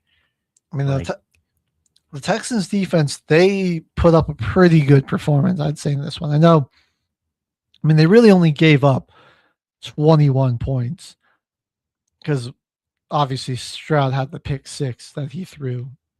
And it's just like, what? Like, I get, like, okay, on that play, your protection failed you tremendously. Like, there's immediate pressure as you're trying to roll out. You really only have 2 options, which is to try to throw the ball at the feet of your wide receiver. I mean, you're outside the pocket. There's a receiver in the area. It won't be grounding. Or you just take the sack. But he was like, I like the secret third option where I just huck a meatball up into the air and hope somebody comes down with it. Yeah. And instead it gets picked off and returned for a touchdown. I got to say, dude, CJ Stroud has looked absolutely petrified this postseason. I mean, he was really good all season about just being accurate and protecting the football. But this postseason, I mean, he just looks like so scared out there on the field, so unsure of himself, so indecisive. I don't know if this is crazy to say, but the Texans might win this game with Davis Mills in there. I think he would have been a little bit more calm. Honestly, I think Stroud was at this point he was so consumed with the mistakes that he hit the point of no return at halftime, and he shouldn't have gone out in the second half. Yeah. It was I think after that, going into the third quarter, he should have gotten one more possession. And if they didn't go down and get a touchdown in that opening possession, get him out of there. Yeah. And they did not even think about taking him out of the game. That was what was really the struggle to me. It was like they're not even trying to run the ball more still.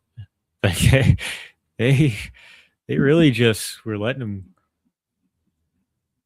him go for it. I mean, he had 4 interceptions and he still had 41 passing attempts. 22 carries on the ground. He had 47 passing attempts. Like, it was 47 passing attempts. Right. I mean, like, Woody Marks put up 17 rushing yards on 14 carries. Like, it just, they couldn't run the football at all. And like, they kept getting into these, second or third and long situations and having Stroud throw for it. Yeah. And he goes 20 of 47. It's a terrible completion percentage there. Like, having that bad of a game too. Why are they even letting him have 47 passing attempts? Right. Like, that's just crazy. Like, I get and it wasn't even like they were out of it really. For like, the defense kept him close, kept him in it. Defense had this at a 1 possession game. CJ Stroud had turned the ball over nearly 4 times at this point. He had a fumble in this game too, right? Oh no, that was Marks had the fumble. So that's 5 turnovers there. And then they also failed the 4th down conversion. So that's really 6 turnovers in total. And I mean, that 4th down, it was probably a pass play, and it was probably an underthrown ball on a route to the sticks, and like 3rd and manageable. So I'm gonna say that CJ Stroud had like 4 first half turnovers before the last pick. Yeah, it was just an all-time stinker. Holy crap. Like they won against the Steelers, and he was trash talking everybody And that's in like your Pittsburgh in defense. that game. Like that was all the defense. Like They scored 2 all the touchdowns.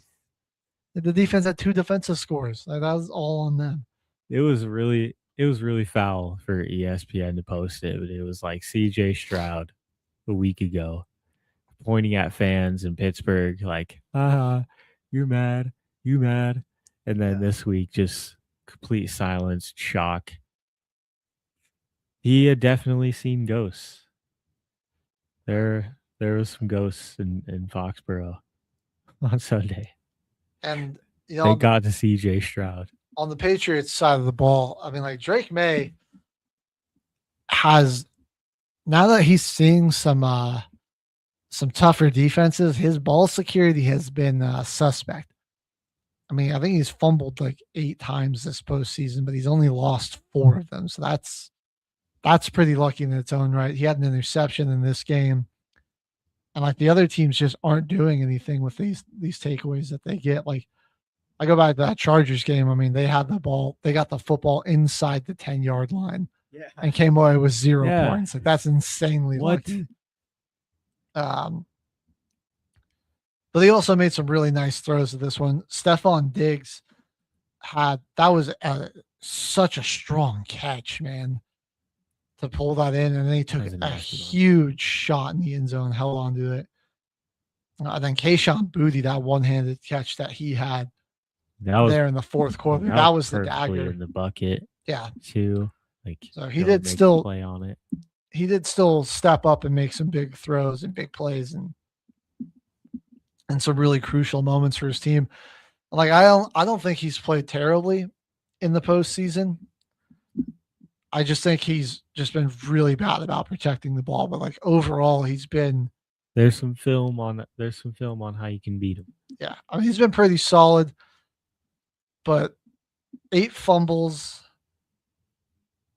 4 of those lost, and the interception, and 2 interceptions actually, 2 picks. 6 total turnovers in the playoffs so far. I mean, you're going up against the pass rush this weekend. That is just as freaking good, if not better, than the Houston Texans in Denver. I'll say, I mean, this is a really desperate situation for the Broncos, and I do still probably expect us to lose if I had to be objective about it, because I mean it's like Stidham's, he's a good backup and everything, but I mean this is just such a huge moment to be coming into. It's going to be really tough to win, but for the silver lining for Denver, maybe J.K. Dobbins is back. We're the best offensive line the Patriots have had to play this postseason, probably, and maybe all season aside from like Buffalo. I know. We'll see if they're. And like I mean, like the Bills Bills through that ran all over them and put up 35 on them in Foxborough. So, and then like the Patriots are having turnover problems. So I mean, the big thing, like the Broncos are just going to have to be able to run the football really well and not turn the ball over. And hope the defense can go out there. I mean, they forced 5 turnovers in the game against Buffalo. That's going to be their best hope. It's still a long shot. The good news is Stidham's not going to have to deal with crowd noise being the home game. That is going to be very helpful. So the home field advantage is a really big benefit for him. Yeah. And so I think just Marvin Mims will be the X factor here too. What can because Sutton's going to have Christian Gonzalez on him, and Sutton's kind of been struggling with some drop issues. I mean, he's normally so reliable, but like the past few weeks, like end of December and this game against Buffalo, just some uncharacteristic like drop passes, or it's like they're not easy by any means, but they're just ones he usually comes down with. So that's a little concerning. Hopefully Pat Bryant clears concussion protocol we can get Troy Franklin back because those guys are going to have to be some difference makers. Because again, like Sutton's going to have one of the best corners in football on him. Yes, I mean, it was definitely in the Bills' game plan to eliminate him in this one. I mean, Sean Payton going out there and dialing up plays, clearing out the entire left side of the end zone for Humphrey to win out on that post. I mean, that was nice. Everybody leaking out to that right corner of the end zone. He slipped through everybody. Great ball from Bo Nix for that touchdown. It was a shame that he didn't get that first one because that was an even better throw from Bo Nix. That was like right in between the DB's shoulder pad and his helmet, like right by the ear of the helmet. That was a beautiful Could throw. not have dropped that ball in there more perfectly. That wasn't even like it was like there was a lot of zip or anything on it. Like that was just a pretty like routine pitch and catch, and he just dropped it. We know actually, Kim, I want to just pose this question before we go to the Bills Broncos game. Okay. If you're the Texans, how confident are you in CJ Stroud being your quarterback of the future? I mean, he keeps getting them to the divisional round. That is and true. Then they just back-to-back years. But shit out in the divisional round. Though it's been 3 years now, I think. Yeah. I think, honestly, I mean, that's the same question that we kind of keep getting with Trevor Lawrence. And I think this team is going to, they let him play for the rest of the game. I think they trust him enough to be there for the next season. And despite all the mistakes made and how many times he turned the ball over in the first round game, and that was a rough night for him there too. I mean, they held the hosting team to real low score, but that was when CJ Stroud was on the field when they were stopping Aaron Rodgers and the Steelers. That's when CJ Stroud was hanging out watching the iPad, watch himself get sacked. That's really all that's been happening to him this entire postseason. It's been rough. I think if you do want to be successful with him as your quarterback, you're going to have to invest heavily in the offensive line because he does seem like he gets a little rattled under pressure and loses confidence in himself. So I think keeping him better protected will help him be more confident as a player. Definitely. But I mean, you spent a second overall pick on him. It's year 3. You certainly, and like he gets you to this point, so you just got to figure out how to get over that hump. Yep. Get to that next step. I think it's the same thing as kind of, like Josh Allen or Trevor Lawrence over there, Jacksonville. He's been able to get some really good big wins in the playoffs, but still 8-8 record for Josh Allen in the playoffs, which is kind of a perfect segue into this next game because what a game. This should have been the prime time on freaking Saturday, man. What the heck? I guess just because we're Mountain and Seattle specific, because I think that's the only reason that it didn't. It would have been on super late in the West Coast or the East Coast if it was on. If we got the prime time window. Yeah. It would have been on till like 11:30 at night because it went to overtime, so maybe even close to midnight ending on the East Coast. So I think this was probably the best game of the weekend. It was a really great duel. I think, I think you can say that this is, of all of Josh Allen's postseason losses, this one's the most his fault, man. Like, I mean, his team didn't punt. They had like 450 yards of total offense, but he gave the ball away 4 times. And then James Cook also contributing with a fumble of his own. And Allen, he did fumble it 3 times. He was just able to recover one of them. Also, Alec Anderson apparently had a fumble. Offensive lineman. It's the one that they did unfortunately lose going into halftime. That was he was rushing up the middle of the field into field goal range and carrying the ball down low like that. And I mean, he was getting ready to go down and slide, but should have been protecting the football. I mean, that was a moment that they could have kicked a field goal going into halftime. And I mean, you feel pretty good. They got the ball. Yeah. They would have been in a much better scenario. I mean, the Broncos score the touchdown and go up 17-10 as the game's tied. So you're like, all right, you're getting the ball back. You're only down 7, and then you fumble, and that's 3 points. And then you fumbled again on the ensuing possession after that, and that's another 3 points. And so, I mean, it was like the defense stepping it up in the second half. The Broncos, I feel like the play calling got a little predictable. They got kind of stagnant on offense, and they did a pretty bad job of staying ahead of the sticks. I mean, it was like the defense gave you opportunities to get back into that jumping interception that the one guy had, that defensive lineman. What was his name? Deion Walker. Was that the guy with like the giant belly that they saw in the replay of that one Bo Nix incompletion that they were reviewing if it was a fumble?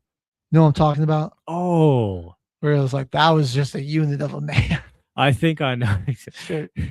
I mean, it was either Daquan Jones or Deion Walker. It was one of those two. It was one of the nose tackles. But yeah, I mean, like your defense forced a turnover and then you threw a pick and gave it right back. So like that was a wash out to get some points. Like the Bills had a lot of opportunities to take this game from us. We squandered some opportunities to put them away. They missed opportunities to go ahead and take this one back. Ends up going into overtime, and the Broncos come out on top. There's still people trying to say that the Bills got robbed or that Josh Allen, got let down again. And it's like this. We could go back through every Josh Allen postseason game. I wouldn't put any of those losses on him. I think he played really well in all of those. It was like a player or two away from really going their way. But this one was like, he could have, like, he just choked it. I mean, like there were plenty of chances for him to jump out and put this one away, but the Broncos defense caused them a lot of problems. This was their best game all season in terms of forcing takeaways. And then, I mean, like when they needed it, Bo Nix, he led that despite his second half struggles.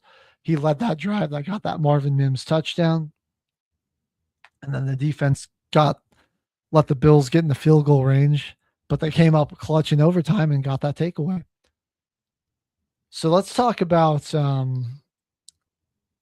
the calls that people weren't happy about, apparently. Starting with the McMillan interception. Okay. Yeah, literally tell me how Brandon Cooks survived the contact with the ground. Because the only reason that I'm agreeing with the call as an interception because of the NFL rulebook. Right. You got to survive the ground. You got to win that. If they have simultaneous possession, you got to win that fight. You got to survive the contact throughout and maintain possession all the way until it's blown dead. Like, okay, you caught it, your feet are in bounds. Now you need to either make a football move, which you couldn't do. You were falling down. So if you're going to fall down, survive contact with the ground. He doesn't do that. Like both guys have the ball going to the ground. If Cooks held on to it when he hit the ground, then yeah, the ball should have been his. But he hits the ground, loses it, and McMillan rips it away. Like that's just like, and in real speed, that's just what happens. Like, yeah, we can go frame by frame of every second that happened. There's like a million angles of this too, right? Where like it is like storybook moment, because you can break it down from any angle. It's the game is, it's not it's not played frame by frame, screenshot by screenshot. It's played in real speed. And in real speed, that's just what happened is two guys go up and get the ball. They both go to the ground, and one of them comes away with it off of the ground. If anything, that's an interception. If anything, it was just a remarkable play from McMillan because he got Cooks caught it first, was coming down with it originally until his hands broke up that protection of the ball. And that's what started the fight in midair. They were both maintaining possession of the ball. It wasn't until Brandon Cooks landed where it was finally jogged loose. He was on his back, and from looking at most of the angles, their bodies are kind of blocking it, but the ball is pretty much on Brandon Cooks' chest, and he doesn't make it. He just has like a loose and soft grip on it. So McMillan never gave up on the play, didn't quit on the play, like we've seen a few times in this playoffs, and he ends up with the pick. It was the right call. And I know other Bills fans were losing their minds over that Devontae Adams one. But, I mean, if you watch it, those are completely different plays because, first of all, Adams catches that without any defenders with their hands in between there. So there's no dual possession there. He catches it, and then he gets like a chance to kind of tuck it, and then he takes contact. I think he also got a step in before he takes a step, gets contacted, goes to the ground, knees hit the ground, and then the ball gets ripped out. But he did way more football elements after he secured that catch than Brandon Cooks had the chance to do. And there was nobody else with dual possession of that. Yeah, it wasn't a simultaneous possession of the ball for there to even be a review of that. Those are people trying to compare that. Like, those are just two entirely different plays that occurred.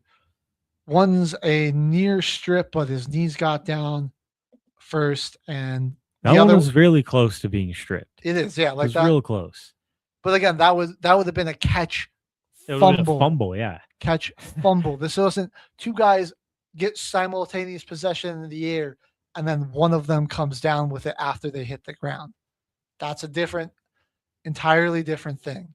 And we hear it all the time when we're like, they review those toe taps where the guy falls down out of bounds, where it's like, okay, he caught it, got the feet in, but then he hits the ground, loses the ball on the ground. Like, those are ruled incomplete all the time. Like, are we going to say that play where Xavier Hutchinson on that fourth down, he goes up, he catches the ball, and he lands on his backside with the ball, but as he hits the ground, the ball bounces out. So are we saying that was a catch and then a fumble by Xavier Hutchinson? Like, no, that was ruled an incomplete pass. Yeah. And the game was over. It goes to the Texans because, yeah, he had it and his ass hit the ground. So that's the criteria for being down and bounce. But he lost. How is it a bounces catch? Out of his hands. How is it a catch if you don't come away with the ball? How's it a catch if it's either on the ground or in somebody else's hands? I don't know. It's like, man, like, you just want to. People want to or want to give Josh Allen this excuse, like, oh, like they robbed him of this one, And it's like, James Cook fumbles on a drive that could have resulted in 6. You're holding the football carelessly right before halftime when you know you get the ball back and you fumble it, give up 3, and then you immediately fumble it again on the opening drive after that. And that's a 6-point swing right there. So, and then after your defense gets an interception, you throw an interception like that. It's just a miracle you were in that spot to begin with. And that was, that was a testament to the rest of your defense more than you. And then there are the 2 pass interference calls that we had. Which before we get to those, I do want to say with this whole interception controversy, there was maybe the most obvious holding I've ever seen missed in the end zone with DJ Jones coming after Josh Allen.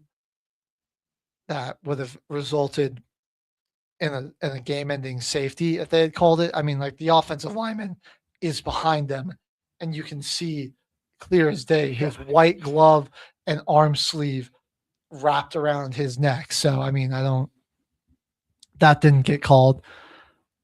And so that interception might have just been a ball don't lie moment later in the game anyways. And then there's the Cortland Sutton and Taron Johnson pass interference,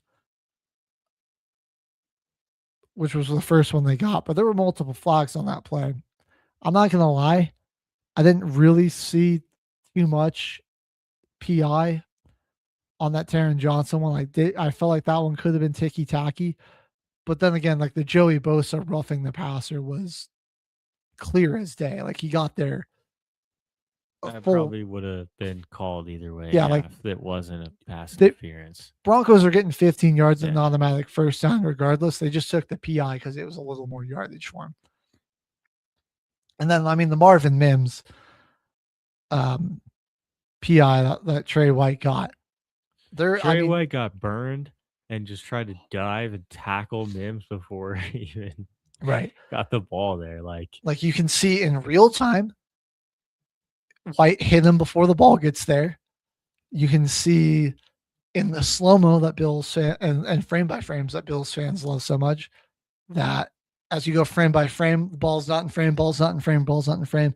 Trey White's hitting Marvin Mims. Trey White's hitting Marvin Mims. He's hitting Marvin Mims. Oh, here comes the ball. There's a very clear screenshot. The main issue on the play as well is that the defensive backs' eyes weren't to the ball.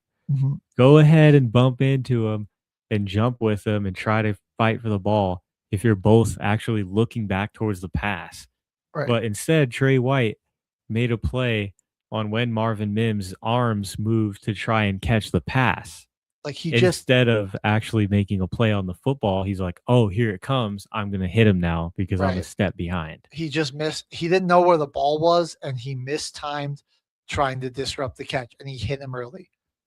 Like but your head's not turned around. You're clearly contacting the receiver before the ball's there. It's a pass interference. Like that's probably a walk-in touchdown for Mims if he doesn't get hit like that. Like when the ball does get there, he's only got one arm available to catch it because the other one's pinned against his body by the DB.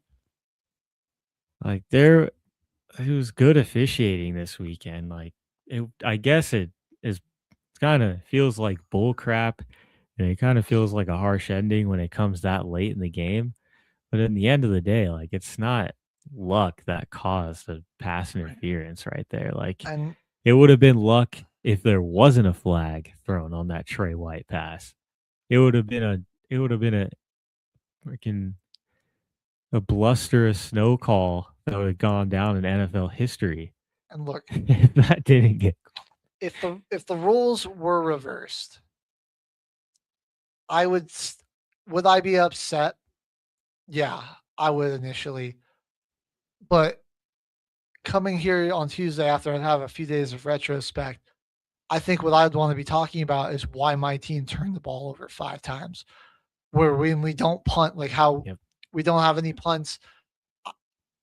Like I think, refs can be bad. They really can, and it's unfortunate. But you can't just solely pin why you lost on the referee when you blew so many opportunities in this game would, so let's say the Cooks catch goes the Bills' way instead, and I would be like, sure, I'd be like, I don't understand how that's an interception. I'm really upset that didn't go our way. But then I'd be like, why didn't we create points off of a Josh Allen interception?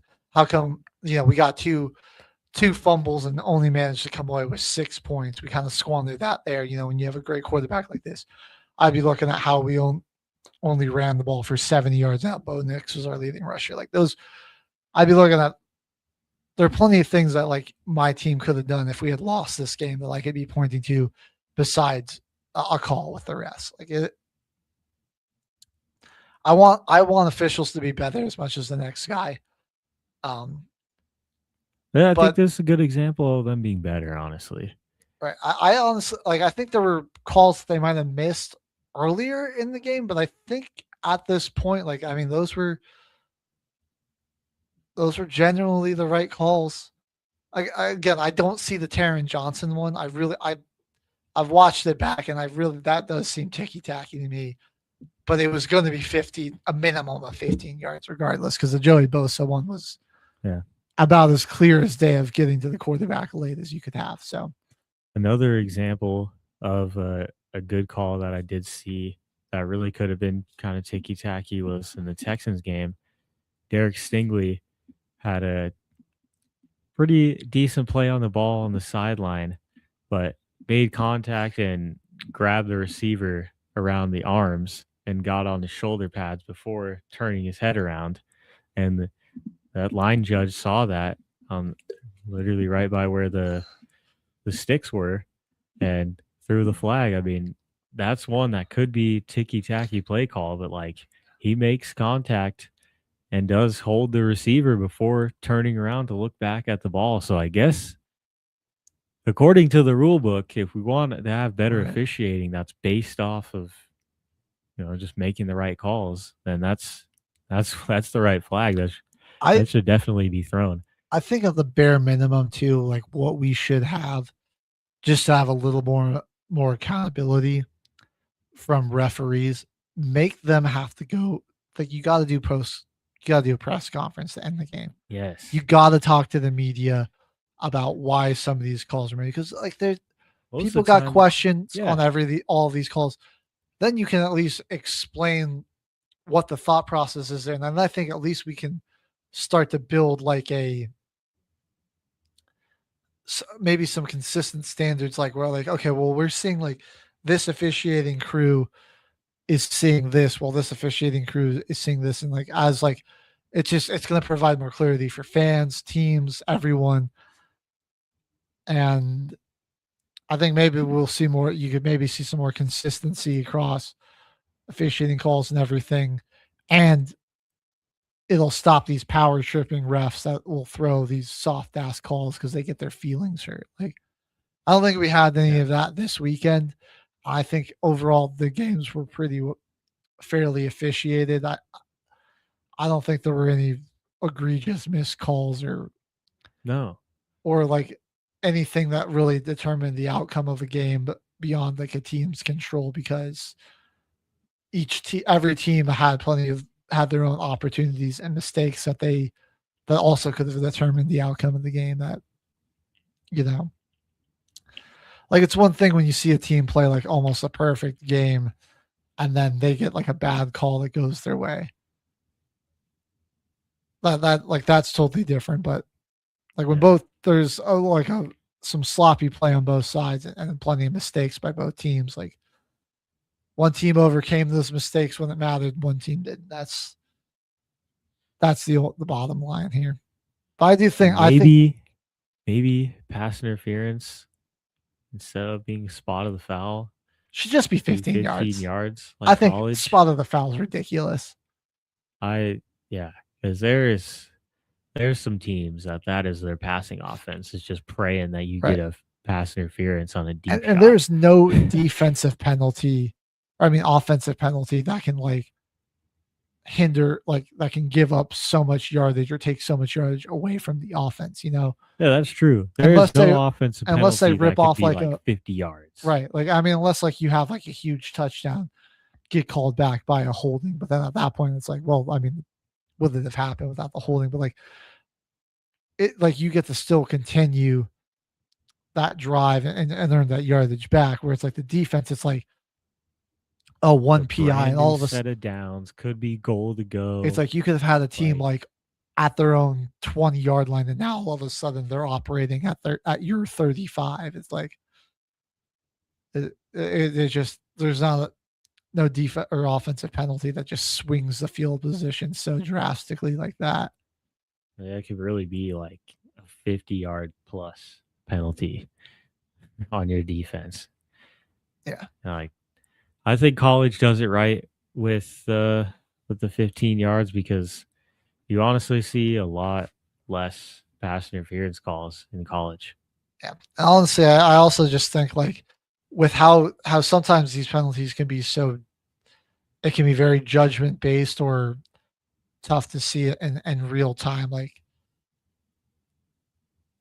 or just so circumstantial that like it's not such a like yeah, 15 yards and automatic first sucks, but it's not like such a huge momentum flipper on a drive, you know. And also, again, we got to just have those refs answer some questions with the media. I think that's the biggest step. There's just no accountability for officiating, really. I think that would be It'll helpful. come out after the game, and then it's like, who really talked to those refs about the game? Like, what meeting took place after the game or the next day where they really looked over that game? They're like, okay, here's the missed calls, and they're even if it's the NFL, a different group in the NFL that looks over the games, then there's still no accountability with that officiating crew. Like at that point, it becomes like a film watch. Like, hey guys, we're going to show you guys what different kind of penalties look like this weekend. But then even then, it's like if they go, oh, okay, yeah, this call was wrong or they were missed, like nothing happens to the rest. There's no suspension. They're not fined. Like, yeah, they just like move on to the next week. They're not placed on leave, and it's like, I mean, I get that they're not making the same money as the players, but they still have like a pretty big impact on the game. Around and give that crew a primetime slot the weekend after they just right, make some egregious calls. Like it's a big game. Like I get, like I don't like, and like I don't want to say like fine them because they're not making the same amount of money. So like and like, or suspend them without pay because like they probably genuinely need this money for like they do probably work another job, right? Like they need to pay their rent, they have bills and shit. But so you can't fine them or suspend them because like I mean that would be putting them in a bad spot. But like demote them, you know, like take them off of a prime time slot, maybe move them into less important games. You know, like take them out of the good. Get them off of the good games, you know, make them have to kind of earn their way back up. And then if another crew's and like it doesn't have to be like after one bad call, but if it's starting to become a consistent problem, demote them, relegate them back a little bit. And then when like if another crew starts to have some issues, they get a chance to come back up and maybe the new, you know, the new officials. So it just a little more accountability would just help the sport.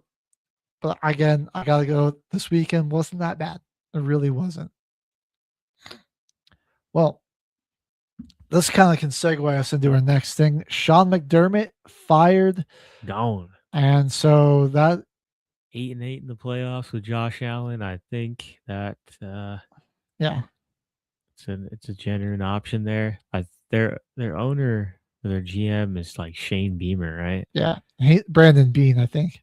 Oh yeah, Brandon Beane, and he's getting an extension, which I really think Sean McDermott wasn't the problem. I think the GM is building crappy teams, dude. Like he can't get a weapon other than James Cook and freaking old man Brandon Cooks. Right after Diggs walked, like the Bills haven't had a number one wide receiver.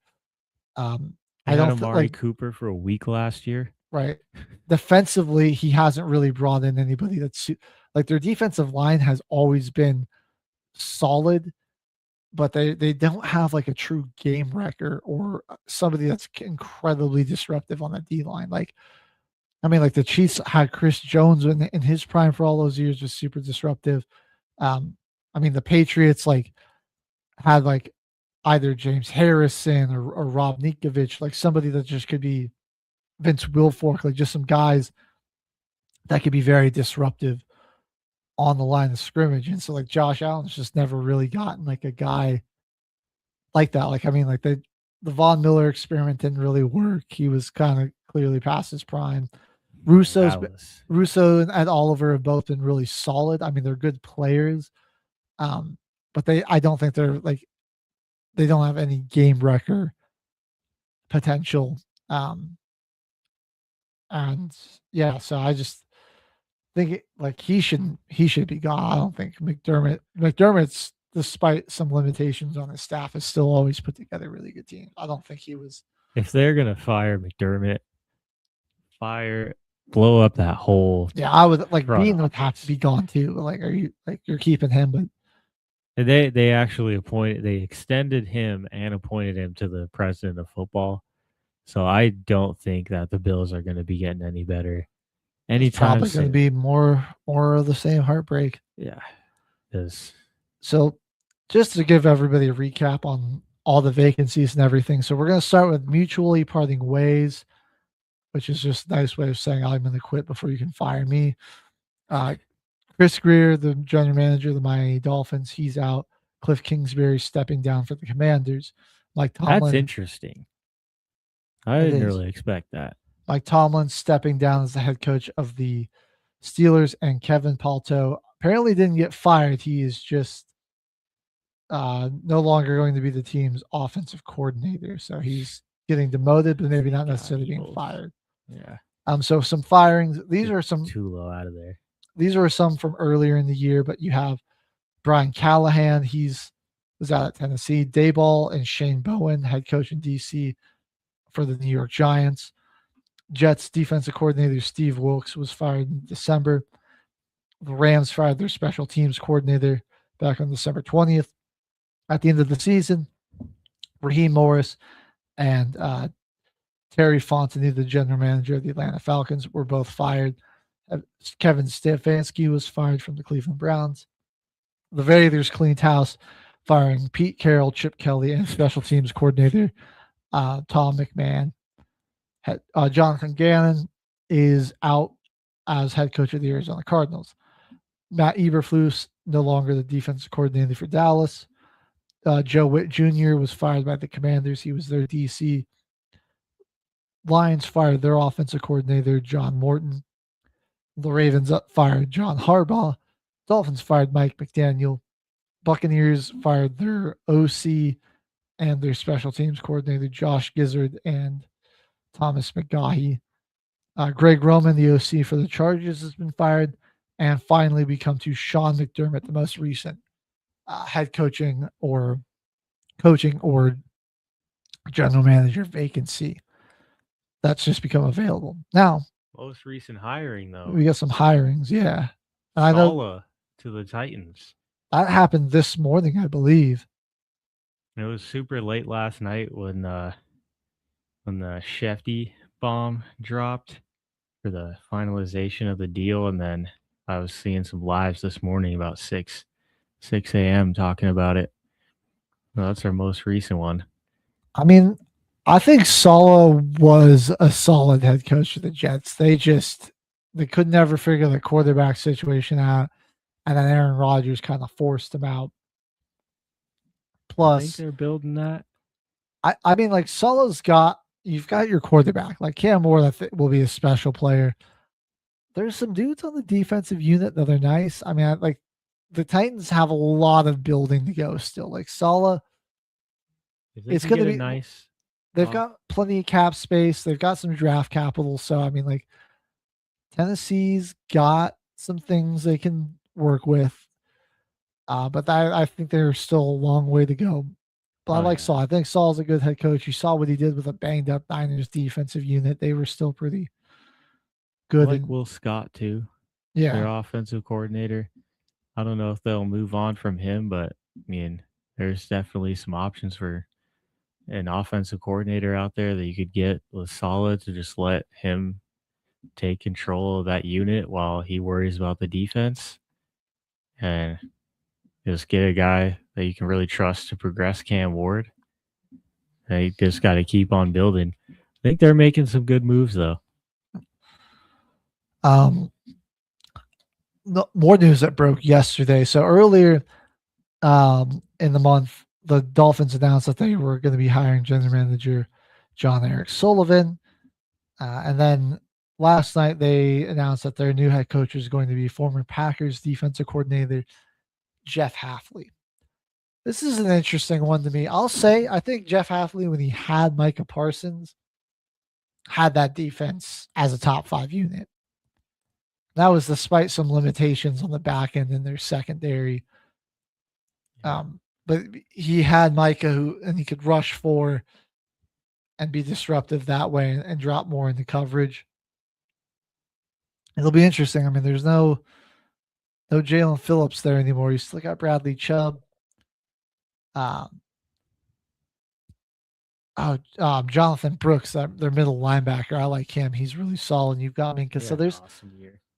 Not a terrible defensive unit there for him for a defensive minded coach. He's got some questions on what they're going to do with Tua. I mean, it's a new head coach, new GM. The Tua experiment might be over. They don't really seem like they weren't really. The Quinn show. He didn't look too bad those last 2 games. Right. He was all right. Definitely showed like he might have less ball security issues. True. Than Tua, which is what was the real main issue. He was pretty sure he was top 3 in the interceptions thrown. This year was like him and Gino had like 15 and Gino had like 17 or 19. Led the league. Yeah. So, but it'll be interesting there. I don't know how I feel about this Jeff Hafley one. This was kind of like an out of left field. I was just like, I don't really get it either. I was surprised. I don't know. I think he was a bit of a Micah Parsons merchant. We definitely saw that defense become a whole lot less productive and impactful when he was gone. Kind of in the story, at least like Packers defense kind of got a little deflated come around playoff time. Yeah. Even last season. I mean, I think it's a better move for the Packers than it is the Dolphins. They're really taking a chance here. We'll see what happens. Right. And sorry, Packers fans, but Matt LaFleur is going to be extended. He's coming back. Now, this is a kind of a nothing burger hire, but it's like the Lions are getting the offensive coordinator Drew Petzing, who was the Cardinals OC for the past 3 seasons. At least he likes to run the ball a lot, right?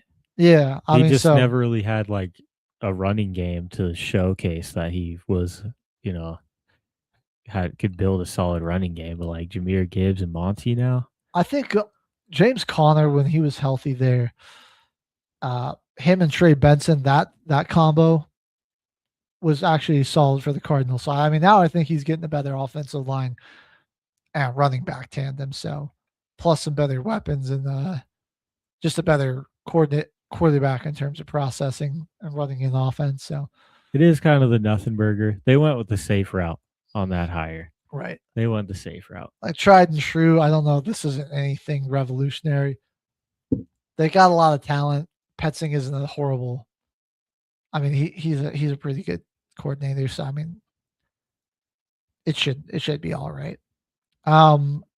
Here we got some big news. The Atlanta Falcons, this was a couple days ago, are hiring Kevin Stefanski as their head coach and Matt Ryan, former quarterback. He's going to be the president of football operations. Stefanski to Atlanta. How do you feel about this as a Saints fan, Caveman? I think this is interesting. I think it's a good hire for the Falcons. I'm actually really excited for the next season for the Saints because out of the 9 teams that have coaching vacancies, we play 7 of them. So we're going to be in some really fun matchups with these teams. I'm excited to see what happens.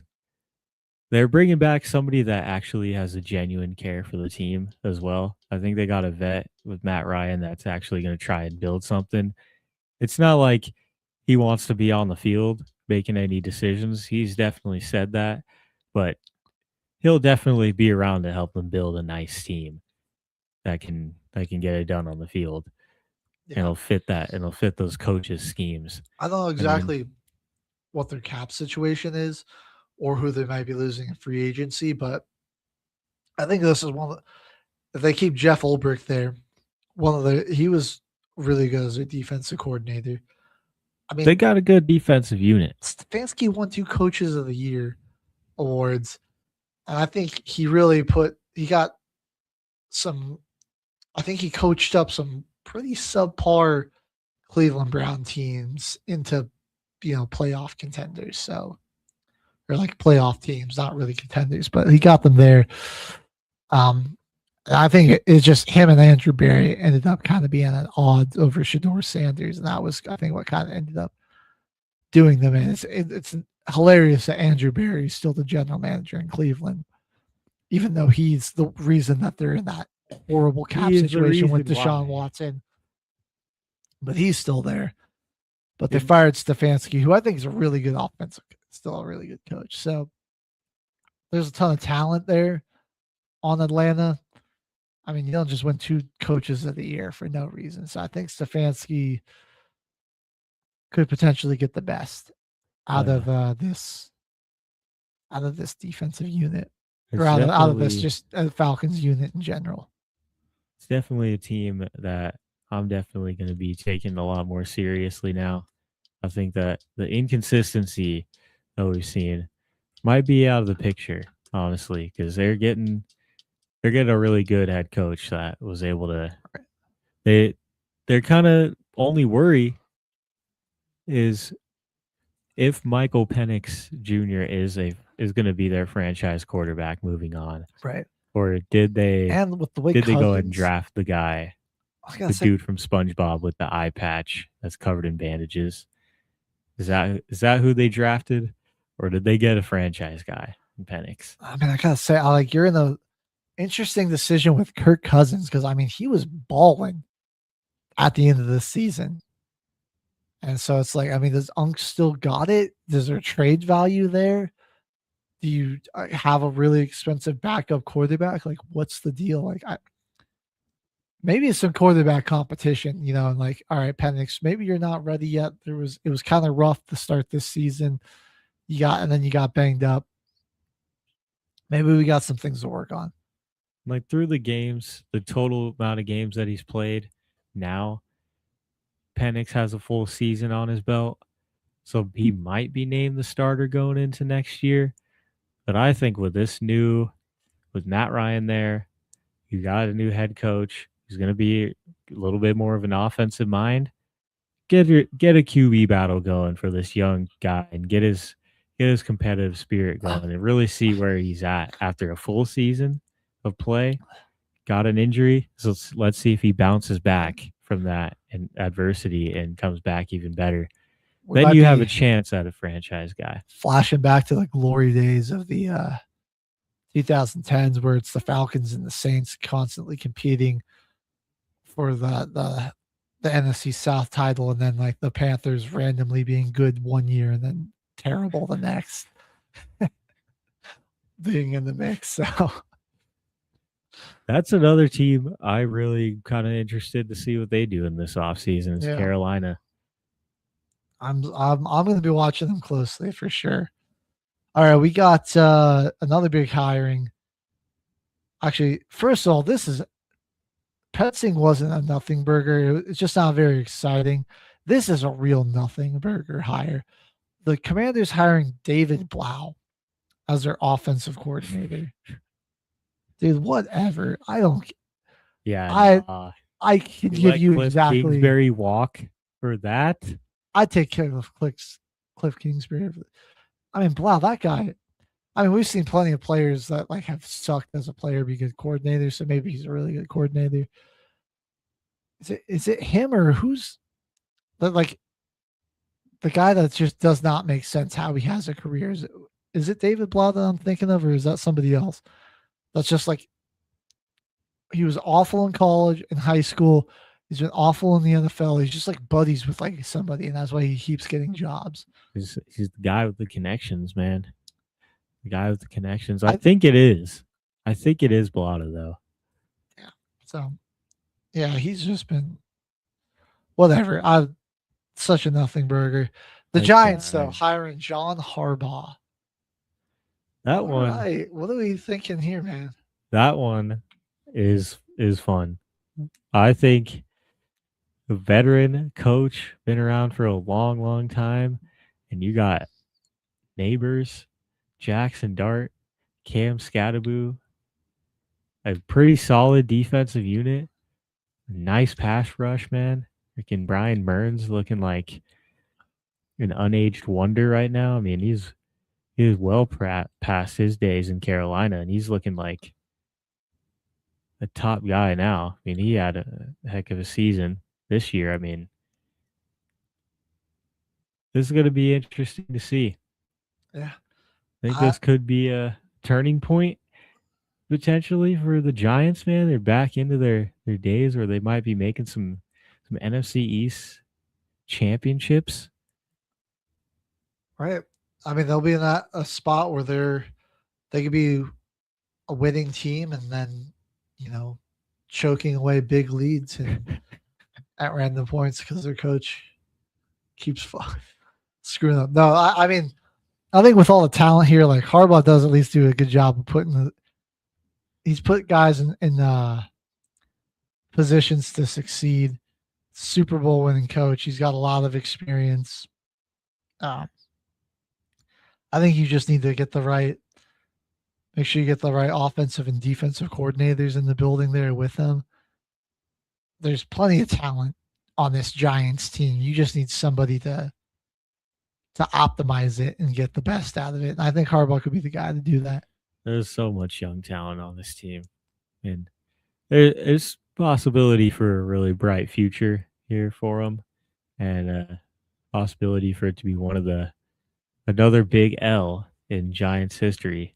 And just so soon after losing Saquon Barkley, it's like they're gonna go have something else crash and burn. So I'm kind of hoping for like something good, just because Saints Giants rematch, baby.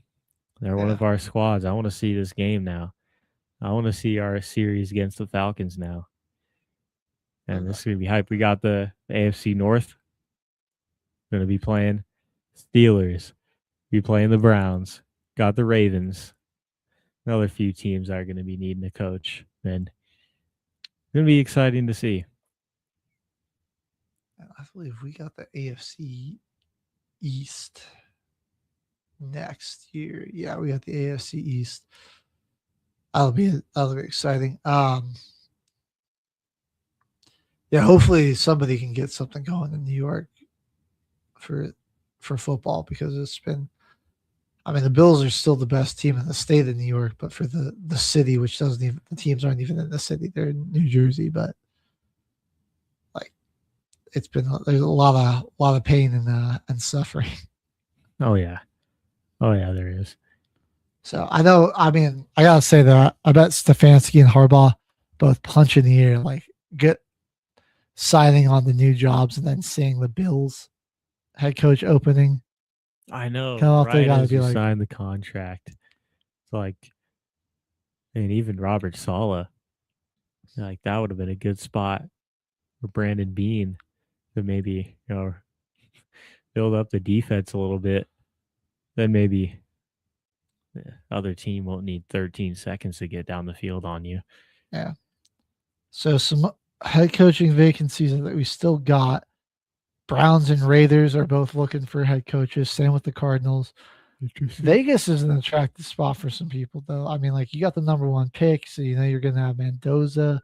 You got Genty and Bowers. You've got Max Crosby potentially. We'll see what hit. Oh, they might have burned the bridges with him, but who might take that over? The world's biggest Raider fan, though, is Derek Carr, and he actually thinks the Raiders should stay away from drafting Mendoza. Oh, really? He thinks they should continue building and use this draft to get the pieces that they need for the real quarterback of the future. But if you're a Raiders fan, do you want to watch another year of Geno Smith? I would not. I mean, if your offensive line stays the same, whether it's Geno Smith or Fernando Mendoza behind that, I think the result will be relatively the same. I'm just going to be honest. Maybe a little bit more ball security, more sacks. I don't know. Like it's going to be Ashton Genty averaging 1.7 yards a carry, and your quarterback getting sacked 6 times and having 2 interceptions every game. It's going to be the issues you're going to run into if that offensive line doesn't get fixed. Like, do the Raiders skip out on that QB with their first round pick, maybe get one later on, but oh no, we suck again. Get Archie Manning if he has a crazy season next year. Like, I like Mendoza as a competitor. I think he throws the ball really well. Obviously, he seems clutch. The moments don't seem too big for him. But if he's going to be the number 1 overall pick, I don't know like how ready as a prospect he is to just be, how he'll translate to the pros. Like, I think he could still be good. I just don't know. I'm still just not sure what his ceiling could be as a pro. Because he has been behind a really solid, like a two-headed monster in the backfield, 2 really experienced backs with Hemby and Black back there. I mean, But don't get me wrong. He was such a deserving Heisman. He was the perfect quarterback to lead that Indiana team. But that was a super powered, a juggernaut team built there. Like I said, you put him behind at Indiana, Las Vegas's pass rush, and then you're going to be at a minimum facing the Broncos, Chargers, and Chiefs pass rush twice a year. All pretty good units that all have really high level defensive coordinators that are just going to get after you, and right. They're going to confuse you all day long. It's going to be a lot of different looks. I mean, he was really good at Indiana at getting his job done. He obviously did more than that, which got him the Heisman and got Indiana the national championship by amazing plays that he did make. But he also was just very good at getting his job done.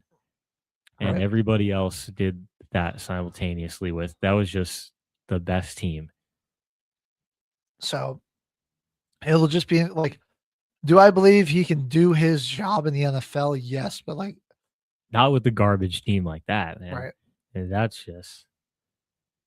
I mean, I think still probably pick him, but like I would say he's still got like a chance to have a pretty high ceiling. Like Kirk Cousins with more athleticism. That's not like a dig at anything. Like Kirk Cousins is a really good quarterback, Like he could be like a Matt Ryan level. Like he could be a guy that could definitely, you put a good enough team around them, he can definitely get them. Yeah, get them Kirk far. Cousins, man, he was definitely big on elevating his guys too. I mean, that's what got him jobs on other teams. That's what got him out of Washington, and got him into Minnesota with Justin Jefferson and Jordan Addison, and T.J. Hawkinson. Right. He got in some nasty weapons with him over there. I mean, even when that ended, he's over now. Kyle Pitts, Bijan Robinson, Drake London, still pretty solid weapons in the league when they're going. I mean, we just don't know where his ceiling is going to be yet for Mendoza. I'm gonna be really interested to see how he does in the combine and like how when he like sits down with some pro quarterbacks and coaches and just like how those interviews go and things like that. I'm really interested to see. It's a guy I want to root for too, because I mean it's just like he's got a great story and he's just unintentionally hilarious. Right. And just like seems like just like the nicest, most genuine guy you'll meet. So it's like it's hard to have ill will towards him. Nice, I wonder if like a PR team like trained. Yeah, I wonder if like a team like the Raiders and just like the hole that they're in and like all the problems they have, if they're going to be able to fully realize his potential. It's like the same thing with like the Jets, where it's like I feel like like you need a quarterback, but there's just so many other glaring issues too that are going to need to be taken care of. Where it's like you can add the quarterback, but you're going to have to probably be patient, and then do something you haven't done, which is consistently build positively towards the next step. Like you keep going. He's like the Jets aren't afraid, they're not afraid to spend money or make some big moves, but it's just like these are teams that just consistently make the wrong move. And sometimes as a player or as a quarterback, there's not much you can do about that. Best position on a lot of teams is the front office. It is. And those GMs, and the people who are signing players. And the owner. Is, low key. Most important position in any team is the front office. Is there anything else on there, on our news for the coaching carousel before we sign out? No, I mean, we got to everything, all the big ones. We'll keep you guys updated as those get filled in, and we'll be back next week for another edition of Football Frenzy. We also got a show tomorrow, some college hoops news to recap, and Jimmy Butler torn ACL, what that means for the Warriors. Find out tomorrow until the final whistle. We'll see you guys then. Life is like a duck. Tough times don't last, but tough people do. Here at Military Broadcast Radio, we're teaming up with our friends at Die Tired, the veteran-friendly music band spreading strength, resilience, and mental health awareness, one shirt at a time. And check this out. Their brand new shirts feature broadcast beaker right on the breast pocket. A reminder that you can weather the storm, and you're never alone. Shirts are only $25, and proceeds support giving veterans a voice. MBR's mission to teach veterans how to podcast and videocast. Because when our vets are talking, they're not overthinking. They're not second-guessing. Together, we stop the 22 stigma. Grab your shirt today at mbradio.us and hit the shop. Or go directly to toramerch.printavo.com/merch/dietiredband. That's toramerch.printavo.com/merch/dietiredband. Suit up. Stand strong. Remember, we're unduckable together. You're built tougher than the storm. Ladies and gentlemen, thank you for tuning in to Military Broadcast Radio. As we wrap up today's show, we want to remind you that the podcast of today's episode will be available right after we go off the air. So if you missed any part of the show or want to listen again, be sure to check it out. And remember, we're here to support and honor our veterans. Your stories and experiences matter, and we are committed to giving you a platform to share them. That's right. We're here to give our veterans a voice. So don't forget to catch the podcast and stay connected with us. Giving our veterans a voice.